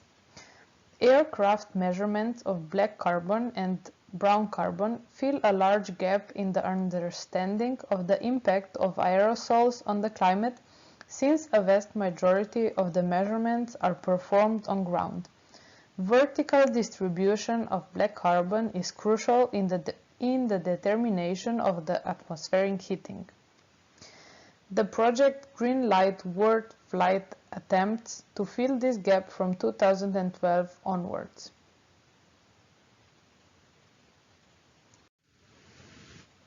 Project Green Light World Flight's team. Pilot Mateusz Lenarcic and scientist Grisha Mochnik are the world's leading researchers in this field. Over the last 10 years, they have carried out numerous research projects with their team. Aircraft measurements of black carbon 2016 and 2012 show us local pollution. Can we do something? Everyone can do something. Black carbon is tied to its sources, so to make a change we need to start at the sources of black carbon themselves. What can we do as individuals? Reducing the impact of traffic, changing the way we commute. Use of public transport, cycling, walking, carpooling. What can we do as households? Transition to central heating with hot water, replacement of old wood-burning stoves with poor combustion with newer and better ones. What can Lions do? We care about environment. Lions Global causes environment. Raise awareness of the problem of black carbon and plan projects to reduce it. Actively participate in the reduction of black carbon emission in terms of changed mobility. Help to reduce emissions from households, example by purchasing new furnaces, as decision makers in the society to support projects aimed at reducing black carbon. Thank you for your attention. Have a good day.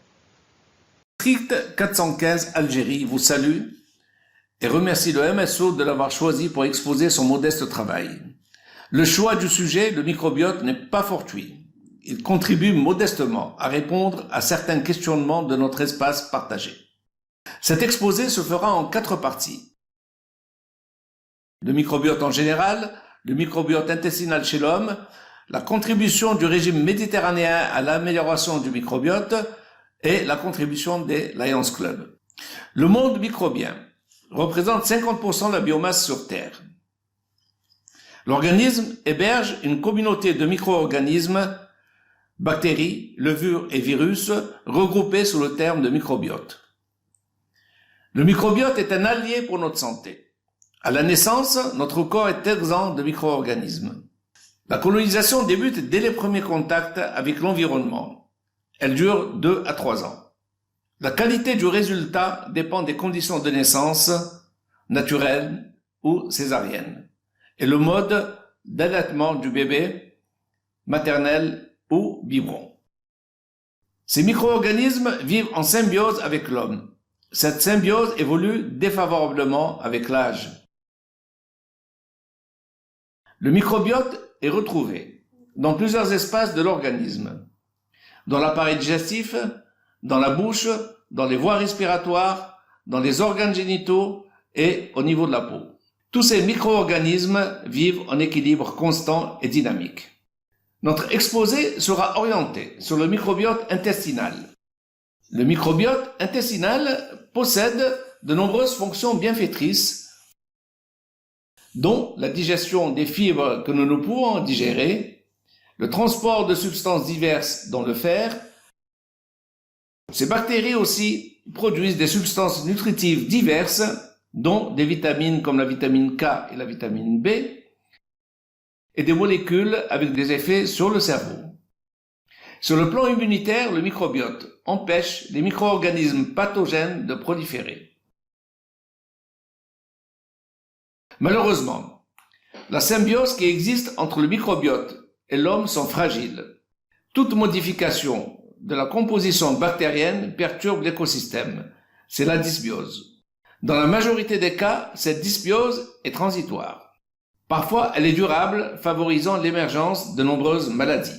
Les causes les plus fréquentes de cette dysbiose sont les antibiothérapies, le changement brutal de régime alimentaire, les contaminations chimiques d'origine alimentaire. Ces perturbations créent de nombreux désordres métaboliques et immunitaires pouvant aboutir à divers cancers. Nous citerons les principales maladies induites par ce désordre du microbiote. L'obésité, qui est associée à une baisse de la diversité des espèces bactériennes, le diabète sucré, les maladies cardiovasculaires, les maladies comportementales ou psychiatriques telles l'autisme et l'Alzheimer. L'étude CASE associe 7 pays en 1980 pour évaluer le rapport entre régime alimentaire et santé. L'échantillon crétois en est sorti vainqueur. Il a été conclu que les maladies sont fortement influencées par la composition de l'alimentation et la flore intestinale. En effet, le régime méditerranéen apporte un équilibre entre les protéines, à partir des légumineuses, des céréales et des viandes maigres, les acides gras à partir des poissons, les lipides par l'huile d'olive, les prébiotiques par des fibres qui nourriront le microbiote et les probiotiques par les laitages fermentés. Ainsi, ce régime contribue à l'amélioration de notre santé en augmentant la diversité microbienne. Les Lions Club peuvent contribuer à la mise en place d'une éducation diététique protégeant et valorisant notre microbiote. Merci pour votre aimable attention.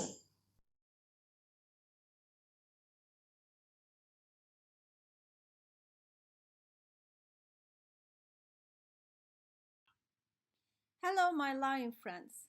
Greetings from Istanbul, Turkey.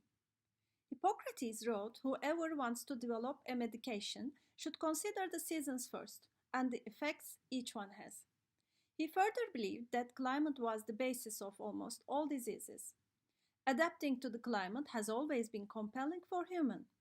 We know that this situation, which we anticipate, will increase its compulsion by showing its effect even more in the coming years, and it will not affect human health in a positive way.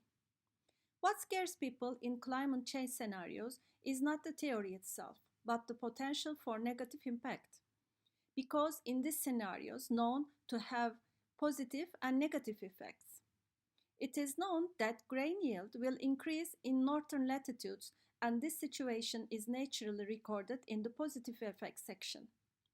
Negative effects can be listed as risk of more severe and extreme weather events, risk of excessive drought in some regions, risk of flooding in some regions due to the excessive rainfall, risk of adversely affecting human economic activities such as agriculture, animal husbandry, and fresh water storage, risk of insects carrying diseases such as malaria to endanger human health by leaving the area where they normally exist.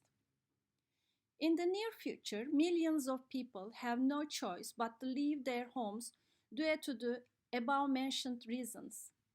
The climate change scenarios made by the Intergovernmental Panel on Climate Change, IPCC, for 2030 show the global climate change will continue to scale up the ongoing migration and refugee problems in the world. The second or third stage of this chain reaction will be the displacement of the peoples who migrate as a result of drought with their epidemic disease, because they will be coming with their epidemics, especially diseases such as smallpox, which we stopped vaccination a generation ago, will start again with the immigrant people and appear as a serious threat to child health. The negative effects mentioned above are also caused by excessive floodwaters. In addition, rain and puddles cannot disappear after months of extreme dryness, which can lead to outbreaks of flies and insects. Apart from epidemic diseases, humid and hot weather suffers people from psychological problems, plus asthma, plus brain hemorrhage and heart attacks, especially in the coastal regions during summer months. It can cause many health problems, especially in children, elderly, sick, and overweight people. Furthermore, health problems associated with climate change are related to changes in ultraviolet radiation in various layers of the atmosphere. For example, an increase in UVB radiation causes skin cancer and increase in eye damages. On the other hand, fossil fuel wastes such as sulfur, while we have heating needs in the cold part of the year, serve as an additional greenhouse gas that prevents the cooling of the Earth's surface at night. Thus, sulfur and similar aerosols slow down daytime heating and increase air temperature at night. As a result of this, day and night temperature differences have decreased, especially in the big cities and especially in the summer months. This result seems to be good, but it's responsible for increased respiratory diseases with pollution. Science can solve the mystery of climate, but it does not help discover the meaning of climate change, because climate change is no longer a physical phenomenon, but a living concept. The concept of climate change will continue to change as we find new ways to have our needs. Therefore, we should consider climate change as a more creative and changing situation for humanity. As a result, we cannot stop natural disasters, but we can allocate more funds for informative methods, preventive medicine, and vaccines to obstruct diseases such as epidemics, skin cancer, respiratory, and heart diseases. As Lions, we should prepare and distribute publications to inform our peoples more about the consequences of global climate change in our region, to share preventive medical information, and to vaccinate against possible outbreaks. We should try to reach more people, especially on these issues, through the regional and national foundation hospitals that we have.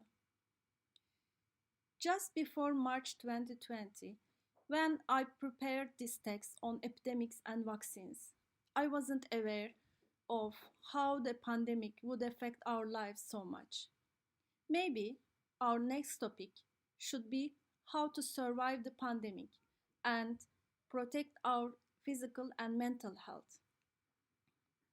Thank you all for listening. Take good care of yourself.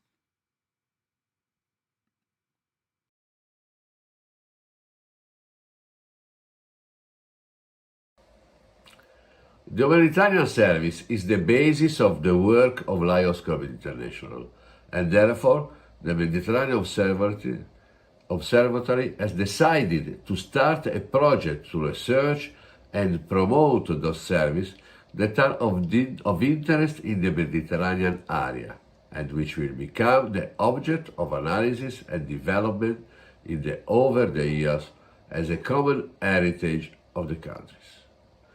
The main objectives of the project are knowledge of service initiatives among the countries belonging to the Mediterranean Observatory, promotion activity for a greater number of services in the region, stimulate the Lions of the Mediterranean Observatory to present the best implementation practices, carry out promotional activities and facilitates clubs, areas, regions and districts in setting up common projects. Mediterranean Observatory require all multiple districts to propose services that could be shared among Mediterranean Lions. I would like to present to you the services that have been chosen and that will be presented by the following speakers: Salvatore Formato from Italy, Leo Lions Project to Change the Way We Think and Act, Jean-Marie Guéraud, France, Lions Med Cleanup Day, Gianluca Montefusco, Italy, Lions for Stomacare, Alessandro Mastrorini from Italy, Lions in a Plastic Mediterranean Sea, Project Plastic Free, Nicola Clausi from Italy, Mediterranean Young People of the Future, Environment Protection and Sustainable Development, Goran Saric from Croatia, Lions Summer School for the Mediterranean Protection.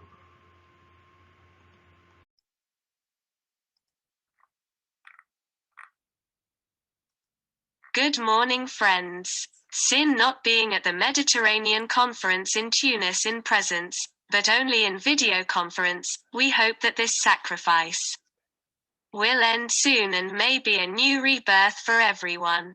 I hope the project that I present to you may be reason for new enthusiasm among all peoples of the Mediterranean. Translation with a female voice is external to my voice. Activity description: LEOLIONSPROJECT is a project based on hospitality for young Leo, including in the MSO countries. To enjoy them, the multiple study opportunities present in the universities of the various countries, selected by THESELF. The young Leo of different nationality will choose his university course personally, taking advantage of the hospitality offered for free by the large network of Lions families present in MSO. Technically, the project could be defined Erasmus LEOLIONS, European Community Action Scheme for the Mobility of University Students, with the only difference of hospitality. Offered by Lions families. WHO want to participate in the project.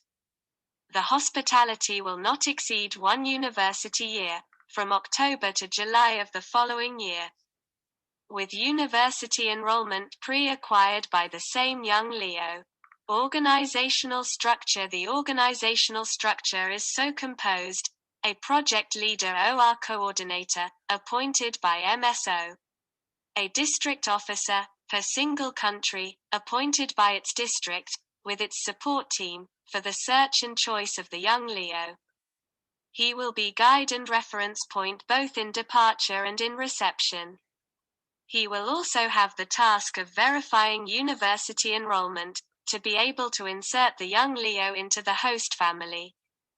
Transport charges and food are to be paid by the young Leo. The host family will have the task of accommodating the young Leo for the chosen period, giving the necessary logistic support, helping him together with the district collaborator in search of his following housing after the family period. The family burden is only accommodation. Other hospitality charges, such as food or the continue of the accommodation itself, are at the discretion of the host family.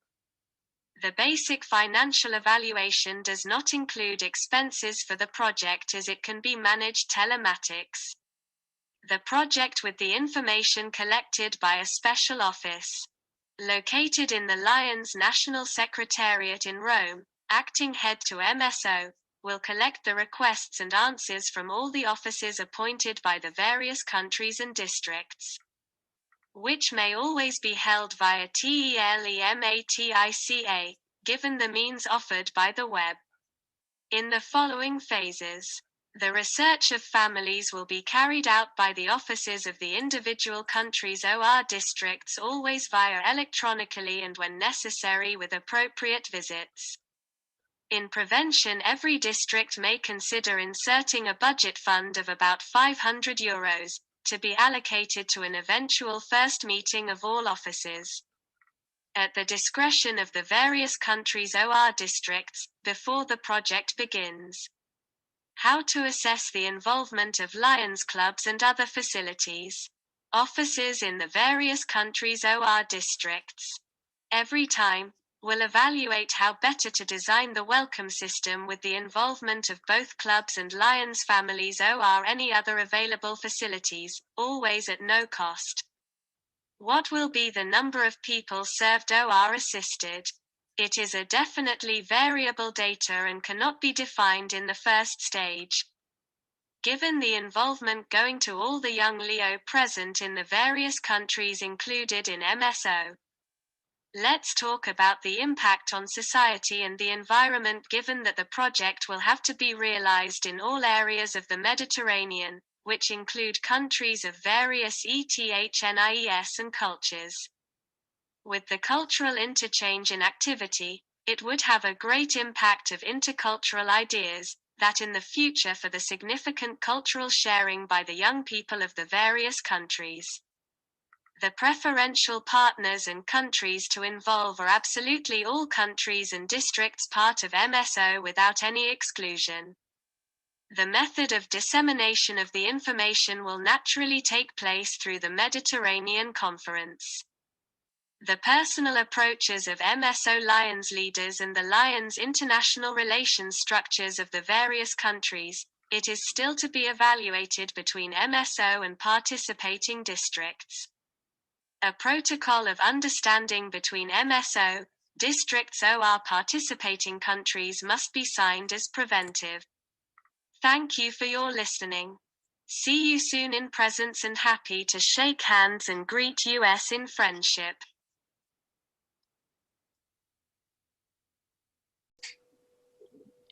Lions working together to save the coastline that we share.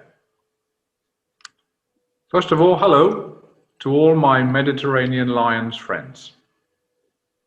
My name is Jean-Marie Guéraud, past governor of one of the greater Paris districts of multiple district 103, France.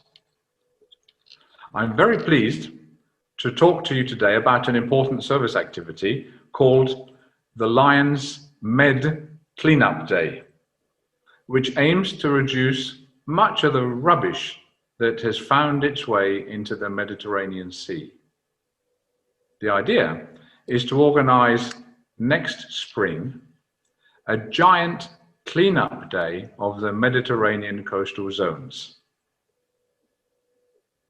So what is the current situation?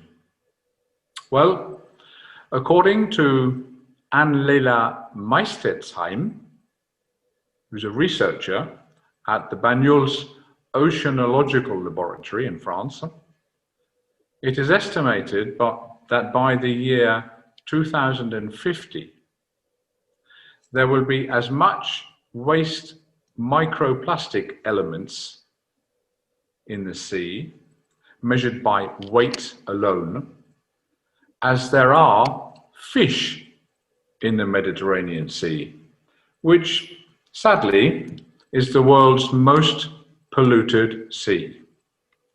Now, in her opinion, the only solution to this massive problem will be, metaphorically, to turn off the tap that sends waste into the sea. In fact, 80%, 80, of the waste actually comes from the land. Consequently, it's from the land that we will be able to take care of the sea. Now, how can this be done? Clearly, it will be necessary to change people's mentalities through stricter regulation, but also through education and action. These two factors constitute the foundation of our proposal. Indeed, what could lead to a better understanding than taking part proactively in a project to resolve the problem?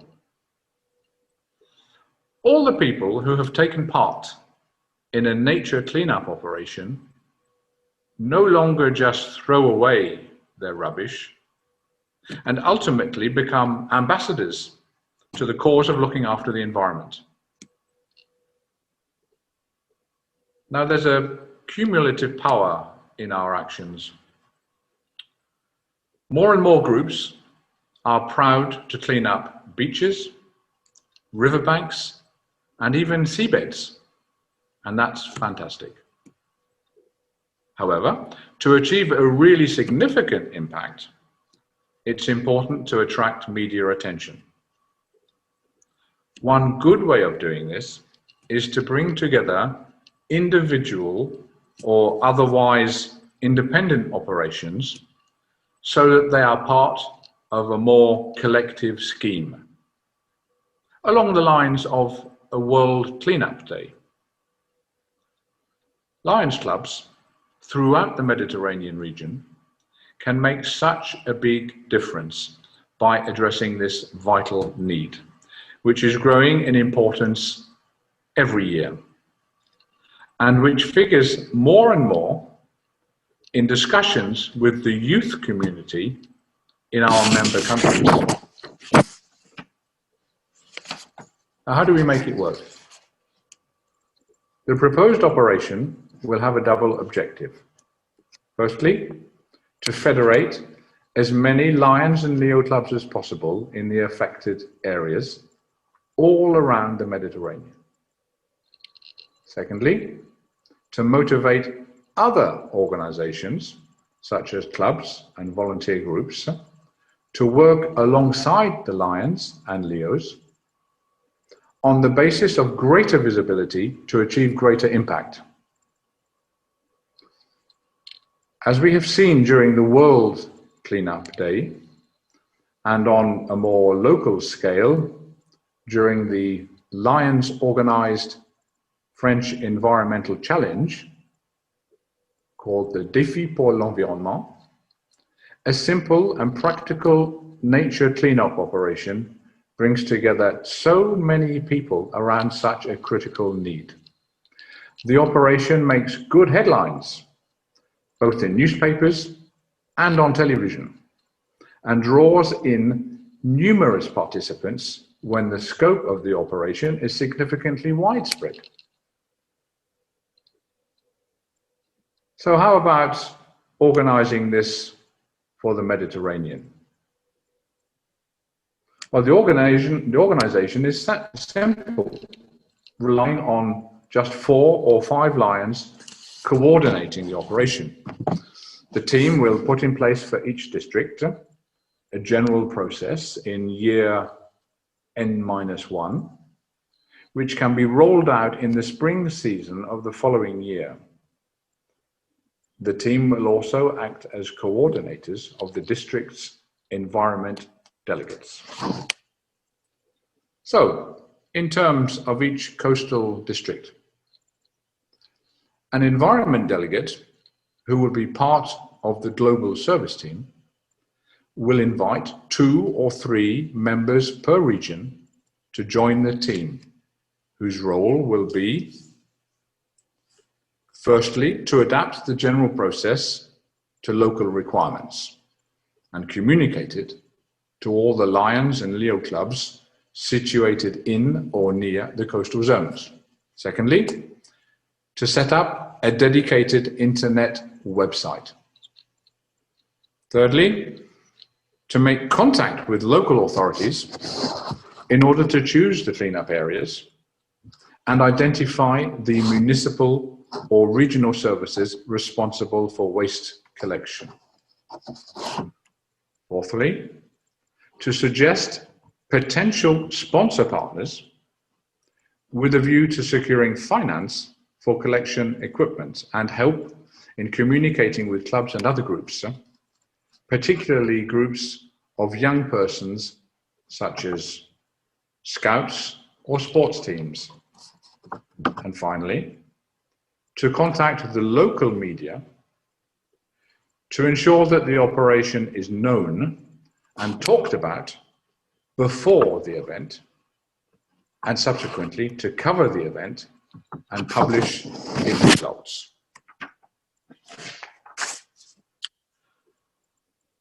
In terms of finance, each district operation will be carried out under its own financial responsibility. And in our experience, sponsors will help meet nearly all the costs. Concerning the number of persons served, we would actually prefer to talk about the number of volunteers taking part in the operation. In our experience, in the first year, you can usually expect to have approximately 1% of the local population actually taking part as volunteers. What about the impact on the community and on the environment, you ask? Well, both the environment and future generations will be the benefactors. In addition, this operation federates people within a given area, like our zones or districts, and helps satisfy the needs of the wider community, possibly encouraging new members to join the Lions movement. Now, what countries are involved? Essentially, we're thinking of all the countries with a Mediterranean coastline. Along this fabulous coastline, Lions and Leo clubs can create a long chain of fellowship around this important environmental issue. How about media coverage? Well, newspapers, radio, and television stations are very keen on this type of activity that sits well with the entire population. The internet and social networks are also particularly well adapted for communicating about such actions. In conclusion, the environmental and human challenges are very closely related.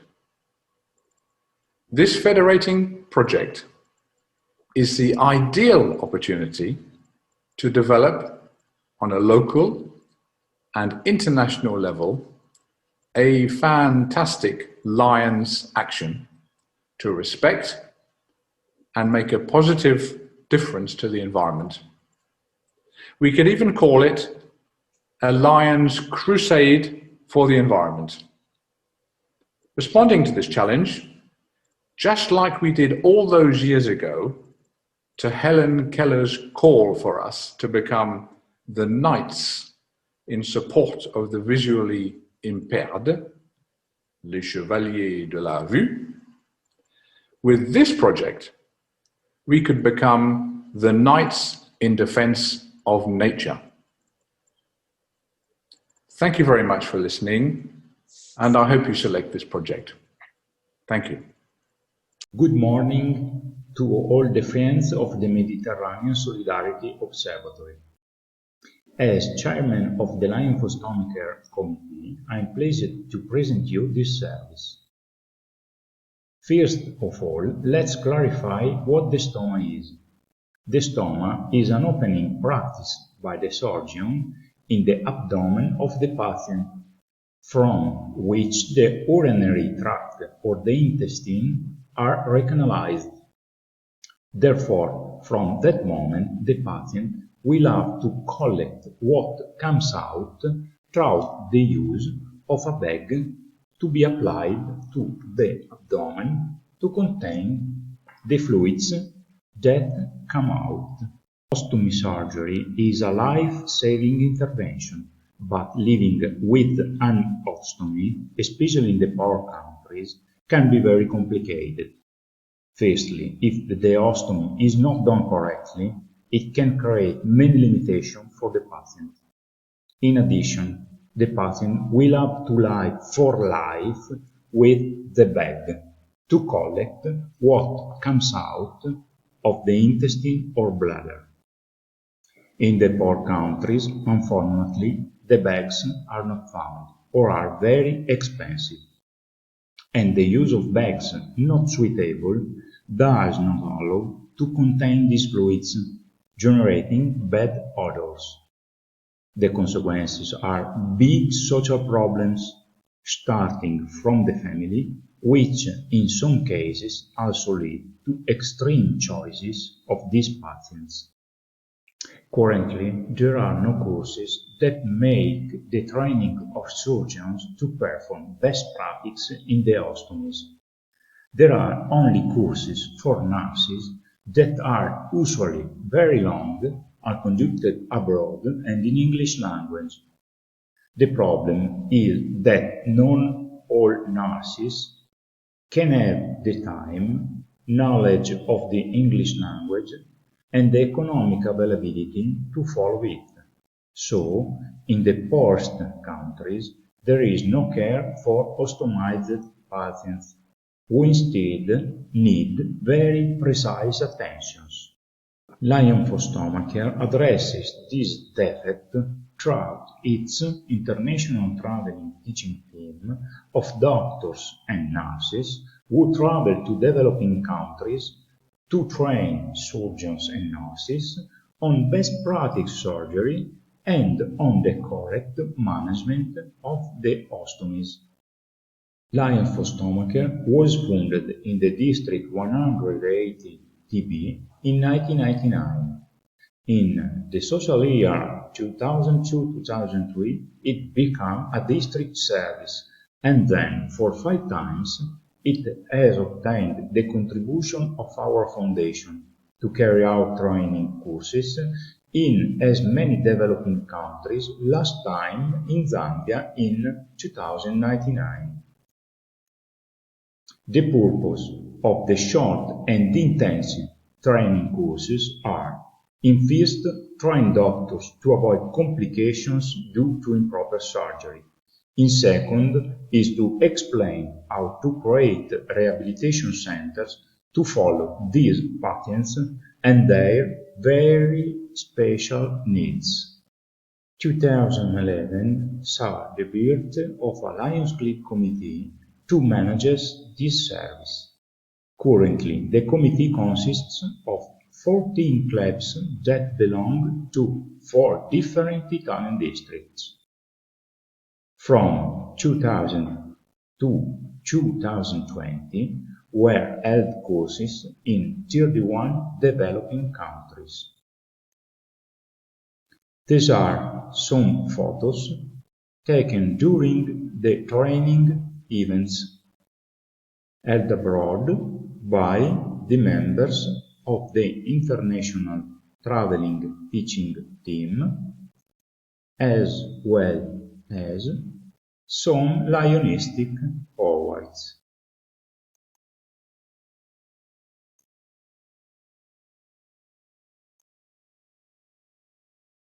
In 2016, thanks to the agreement between our founder, Professor Pezcoller, and Professor Freitas, president of the Latin American Association of Colon Proctology, was born the first course for doctors and nurses of Latin America. This course has the particularity of the issue of a certificate with double signature, both Lion for Stomachcare and the Latin American Association of Colon Proctology, and it is valid in all countries of Latin America. We hope to organize the next course in June 2022. Unfortunately, also children can be subjected to surgery of ostomy. I finish my presentation by saying that the Lion for Stomachcare service is an humanitarian service already operating worldwide. It can be easily imported into the countries of the Mediterranean area. The service provides training only to medical and paramedical staff. We don't provide any kind of devices. The results of our activity is a big domino effect in the ostomy care in developing countries. Thank you for your attention. I wish you good work. Ciao.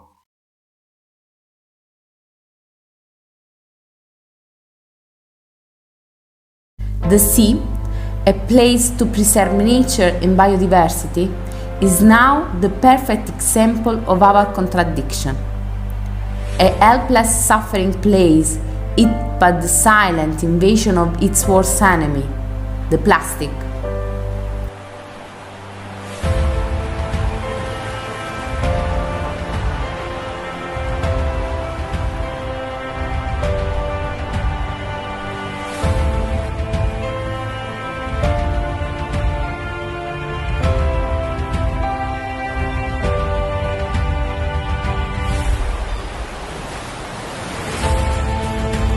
Try to imagine 33,800 plastic bottles every day all together in the Mediterranean Sea, which together with many other objects make up the 570,000 tons of plastic that we disperse every year in Mare Nostrum, reaching the sad primacy of pouring 10 million tons of plastics into the sea every year.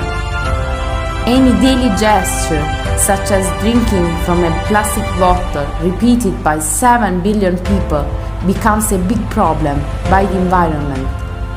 Traces and any more bottle to dispose of a concentrate of human stupidity.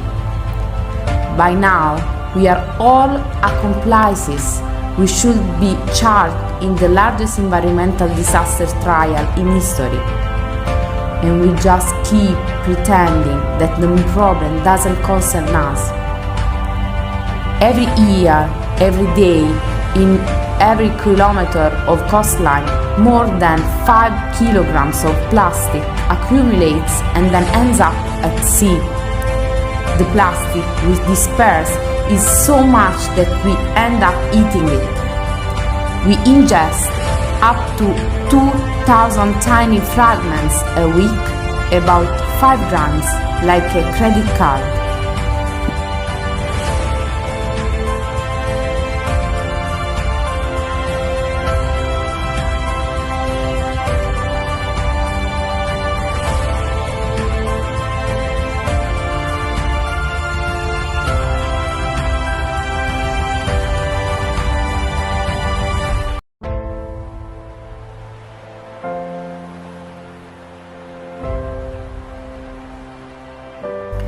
The guidelines of the plastic-free campaign use the 4R rules: reduce, reuse, recycle, recover, with the simple but effective indications.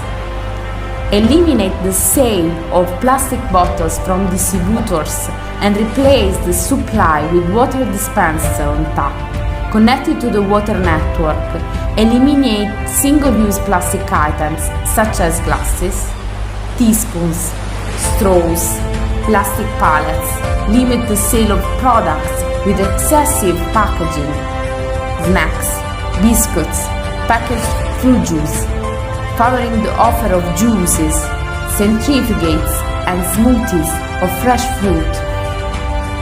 In minibars and indoor canteens, promote awareness-raising actions on the importance of reducing plastic pollution among employees. Become ambassadors of the plastic-free campaign with the other public or private.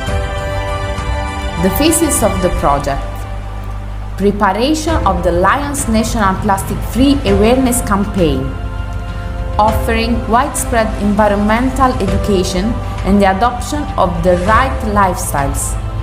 Organize awareness and dissemination conferences of the Vademecum Plastic Free.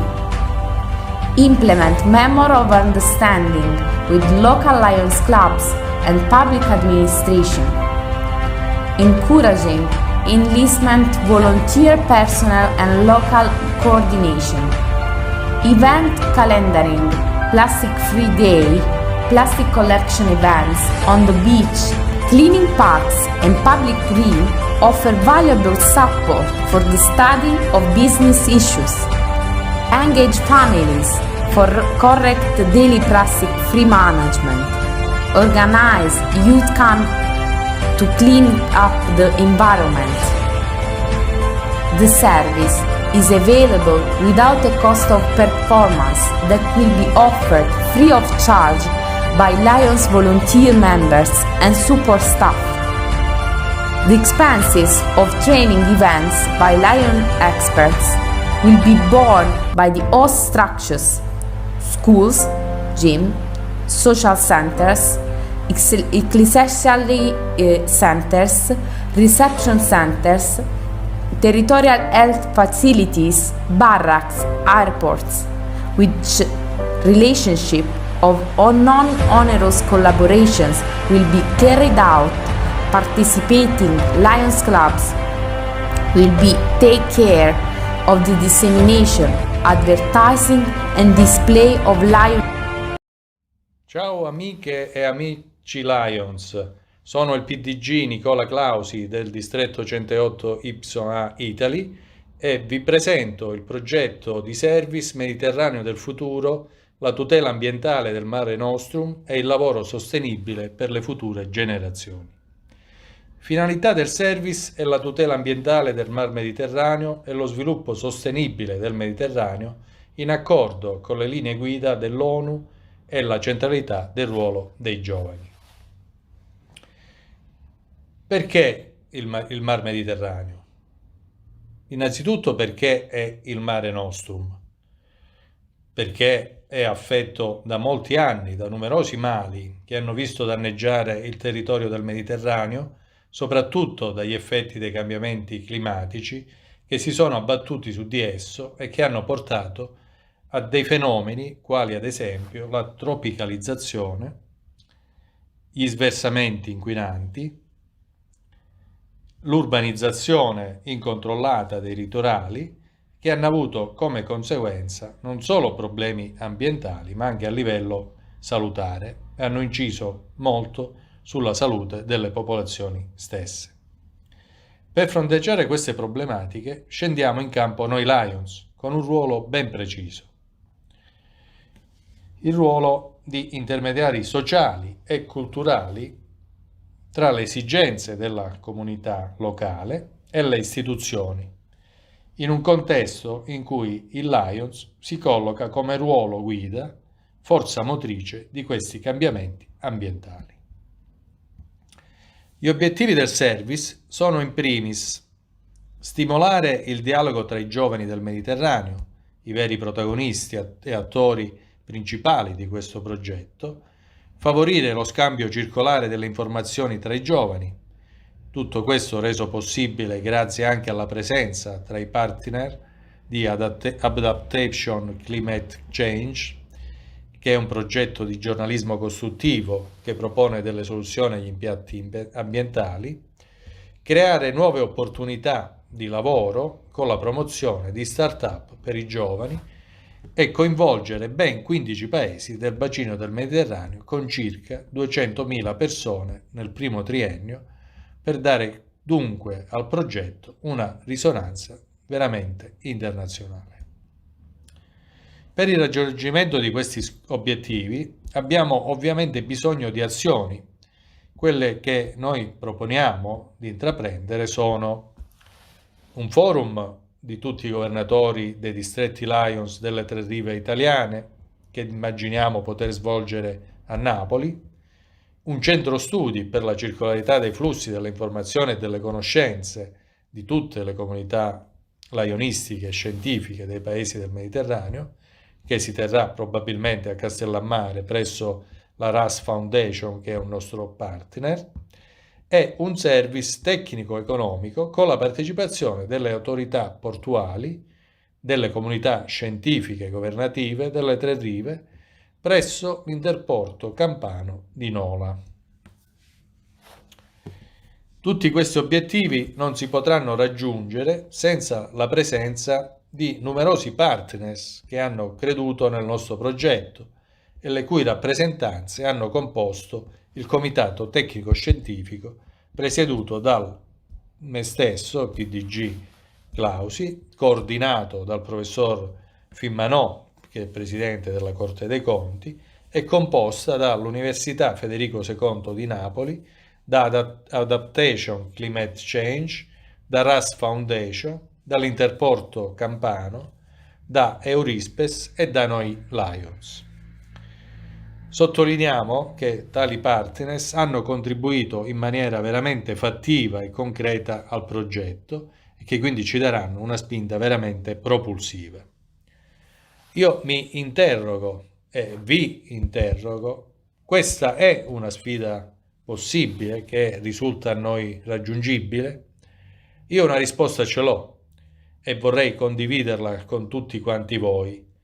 Credo che insieme si può, insieme noi in quanto Lions possiamo vincere questa battaglia e raggiungere i nostri obiettivi. Io vi ringrazio, vi saluto e spero tanto che questo progetto possa vedere presto dei risultati concreti. Grazie a tutti. I think that I'm so privileged to live in the city on the Adriatic, the beautiful bay of Mediterranean Sea.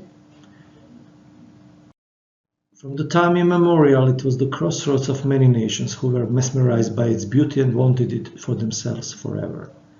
However, the human development pace that is even more accelerating nowadays brings the dark clouds over Mediterranean by means of levying the environmental threats that are deteriorating the quality of life in this cradle of civilizations. To that end, I will give you some facts from United Nations Environmental Programme. You can see on the slide.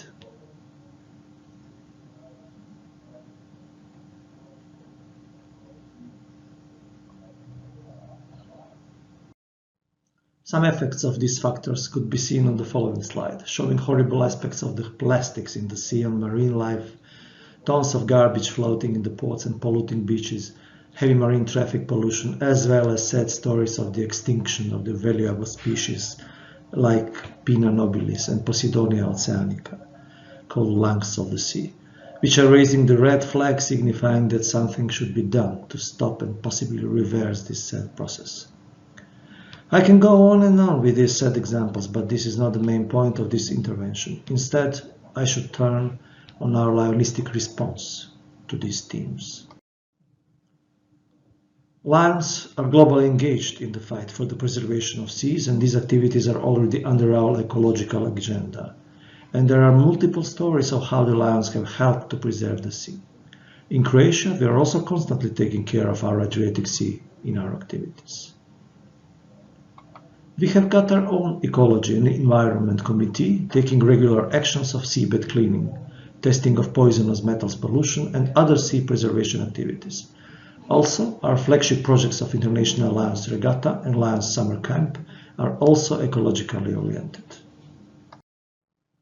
However, on February 8, 2020, the meeting of the Coordinating Committee of the Mediterranean Solidarity resolved to admit 5 service proposals for the coming years, and one of them was the Lions Summer School for the Mediterranean Protection.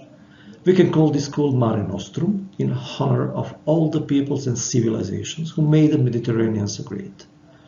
Its mission is to preserve Mare Nostrum for future generations, and its objectives are to educate Mediterranean lions in these preservation activities, in order to apply them in their coastal and deep sea environments. Its curriculum could be different for each year, as defined on the Mediterranean Conference.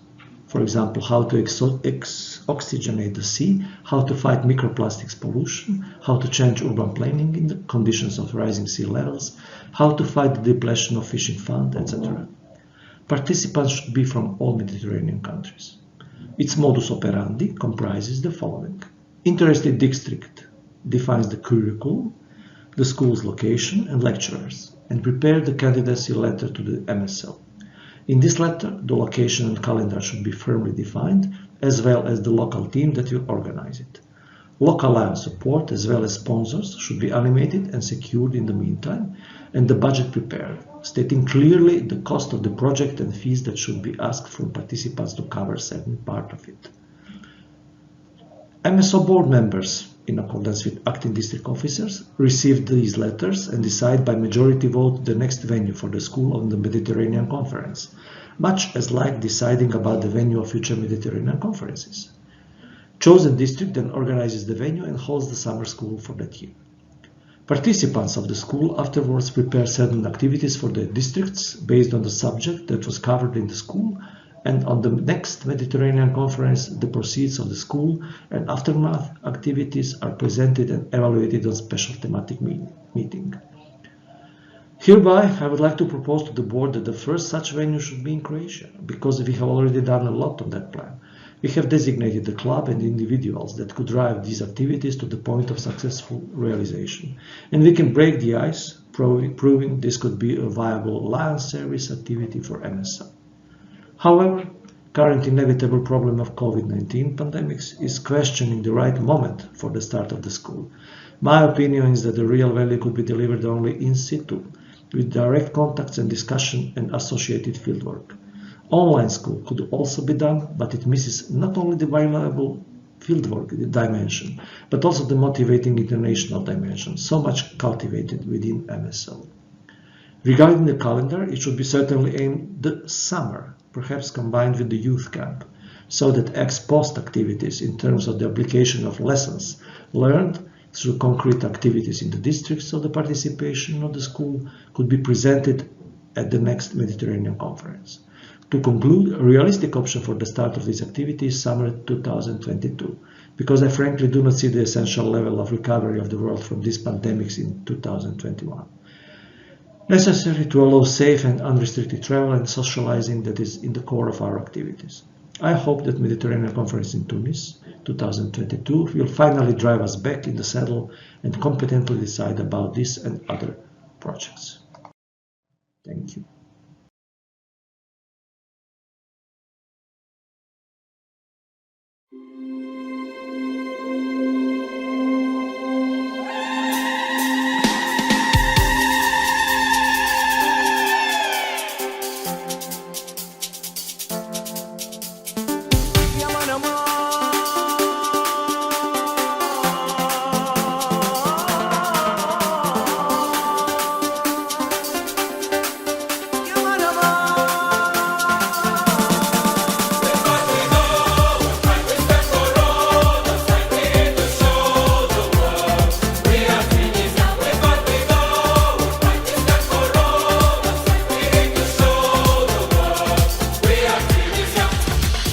ايدينا وردة وقفة معاها السوك الاخضر والحنة ان شاء الله ديما ملمومين امين يا رب العالمين. كسكسي لمي مفور زيت صفاقسي نذوحو اخضر دارنا عمرا بيكم غني والكل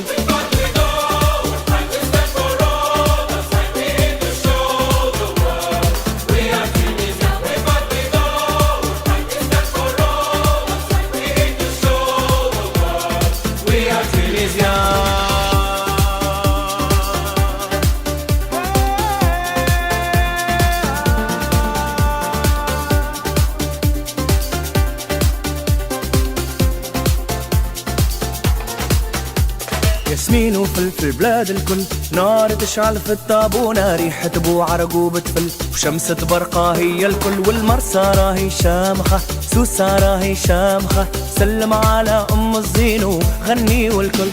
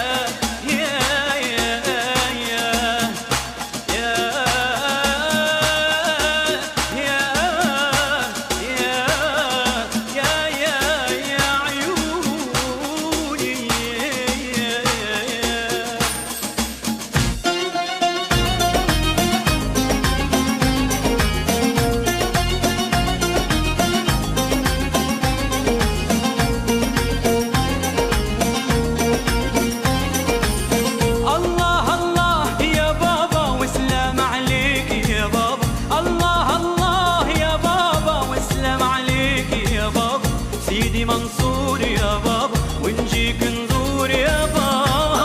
الله يا بابا سلام عليك يا بابا.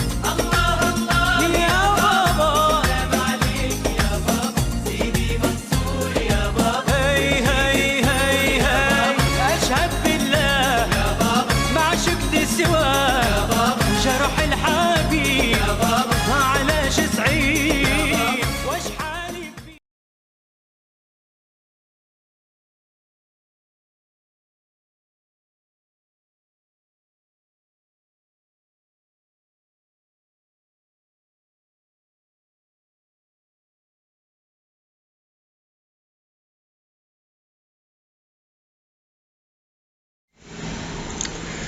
Dear Lance and Leo, dear participants of our MSO forum, I hope you had a good time of exchange and friendship during this first Mediterranean forum.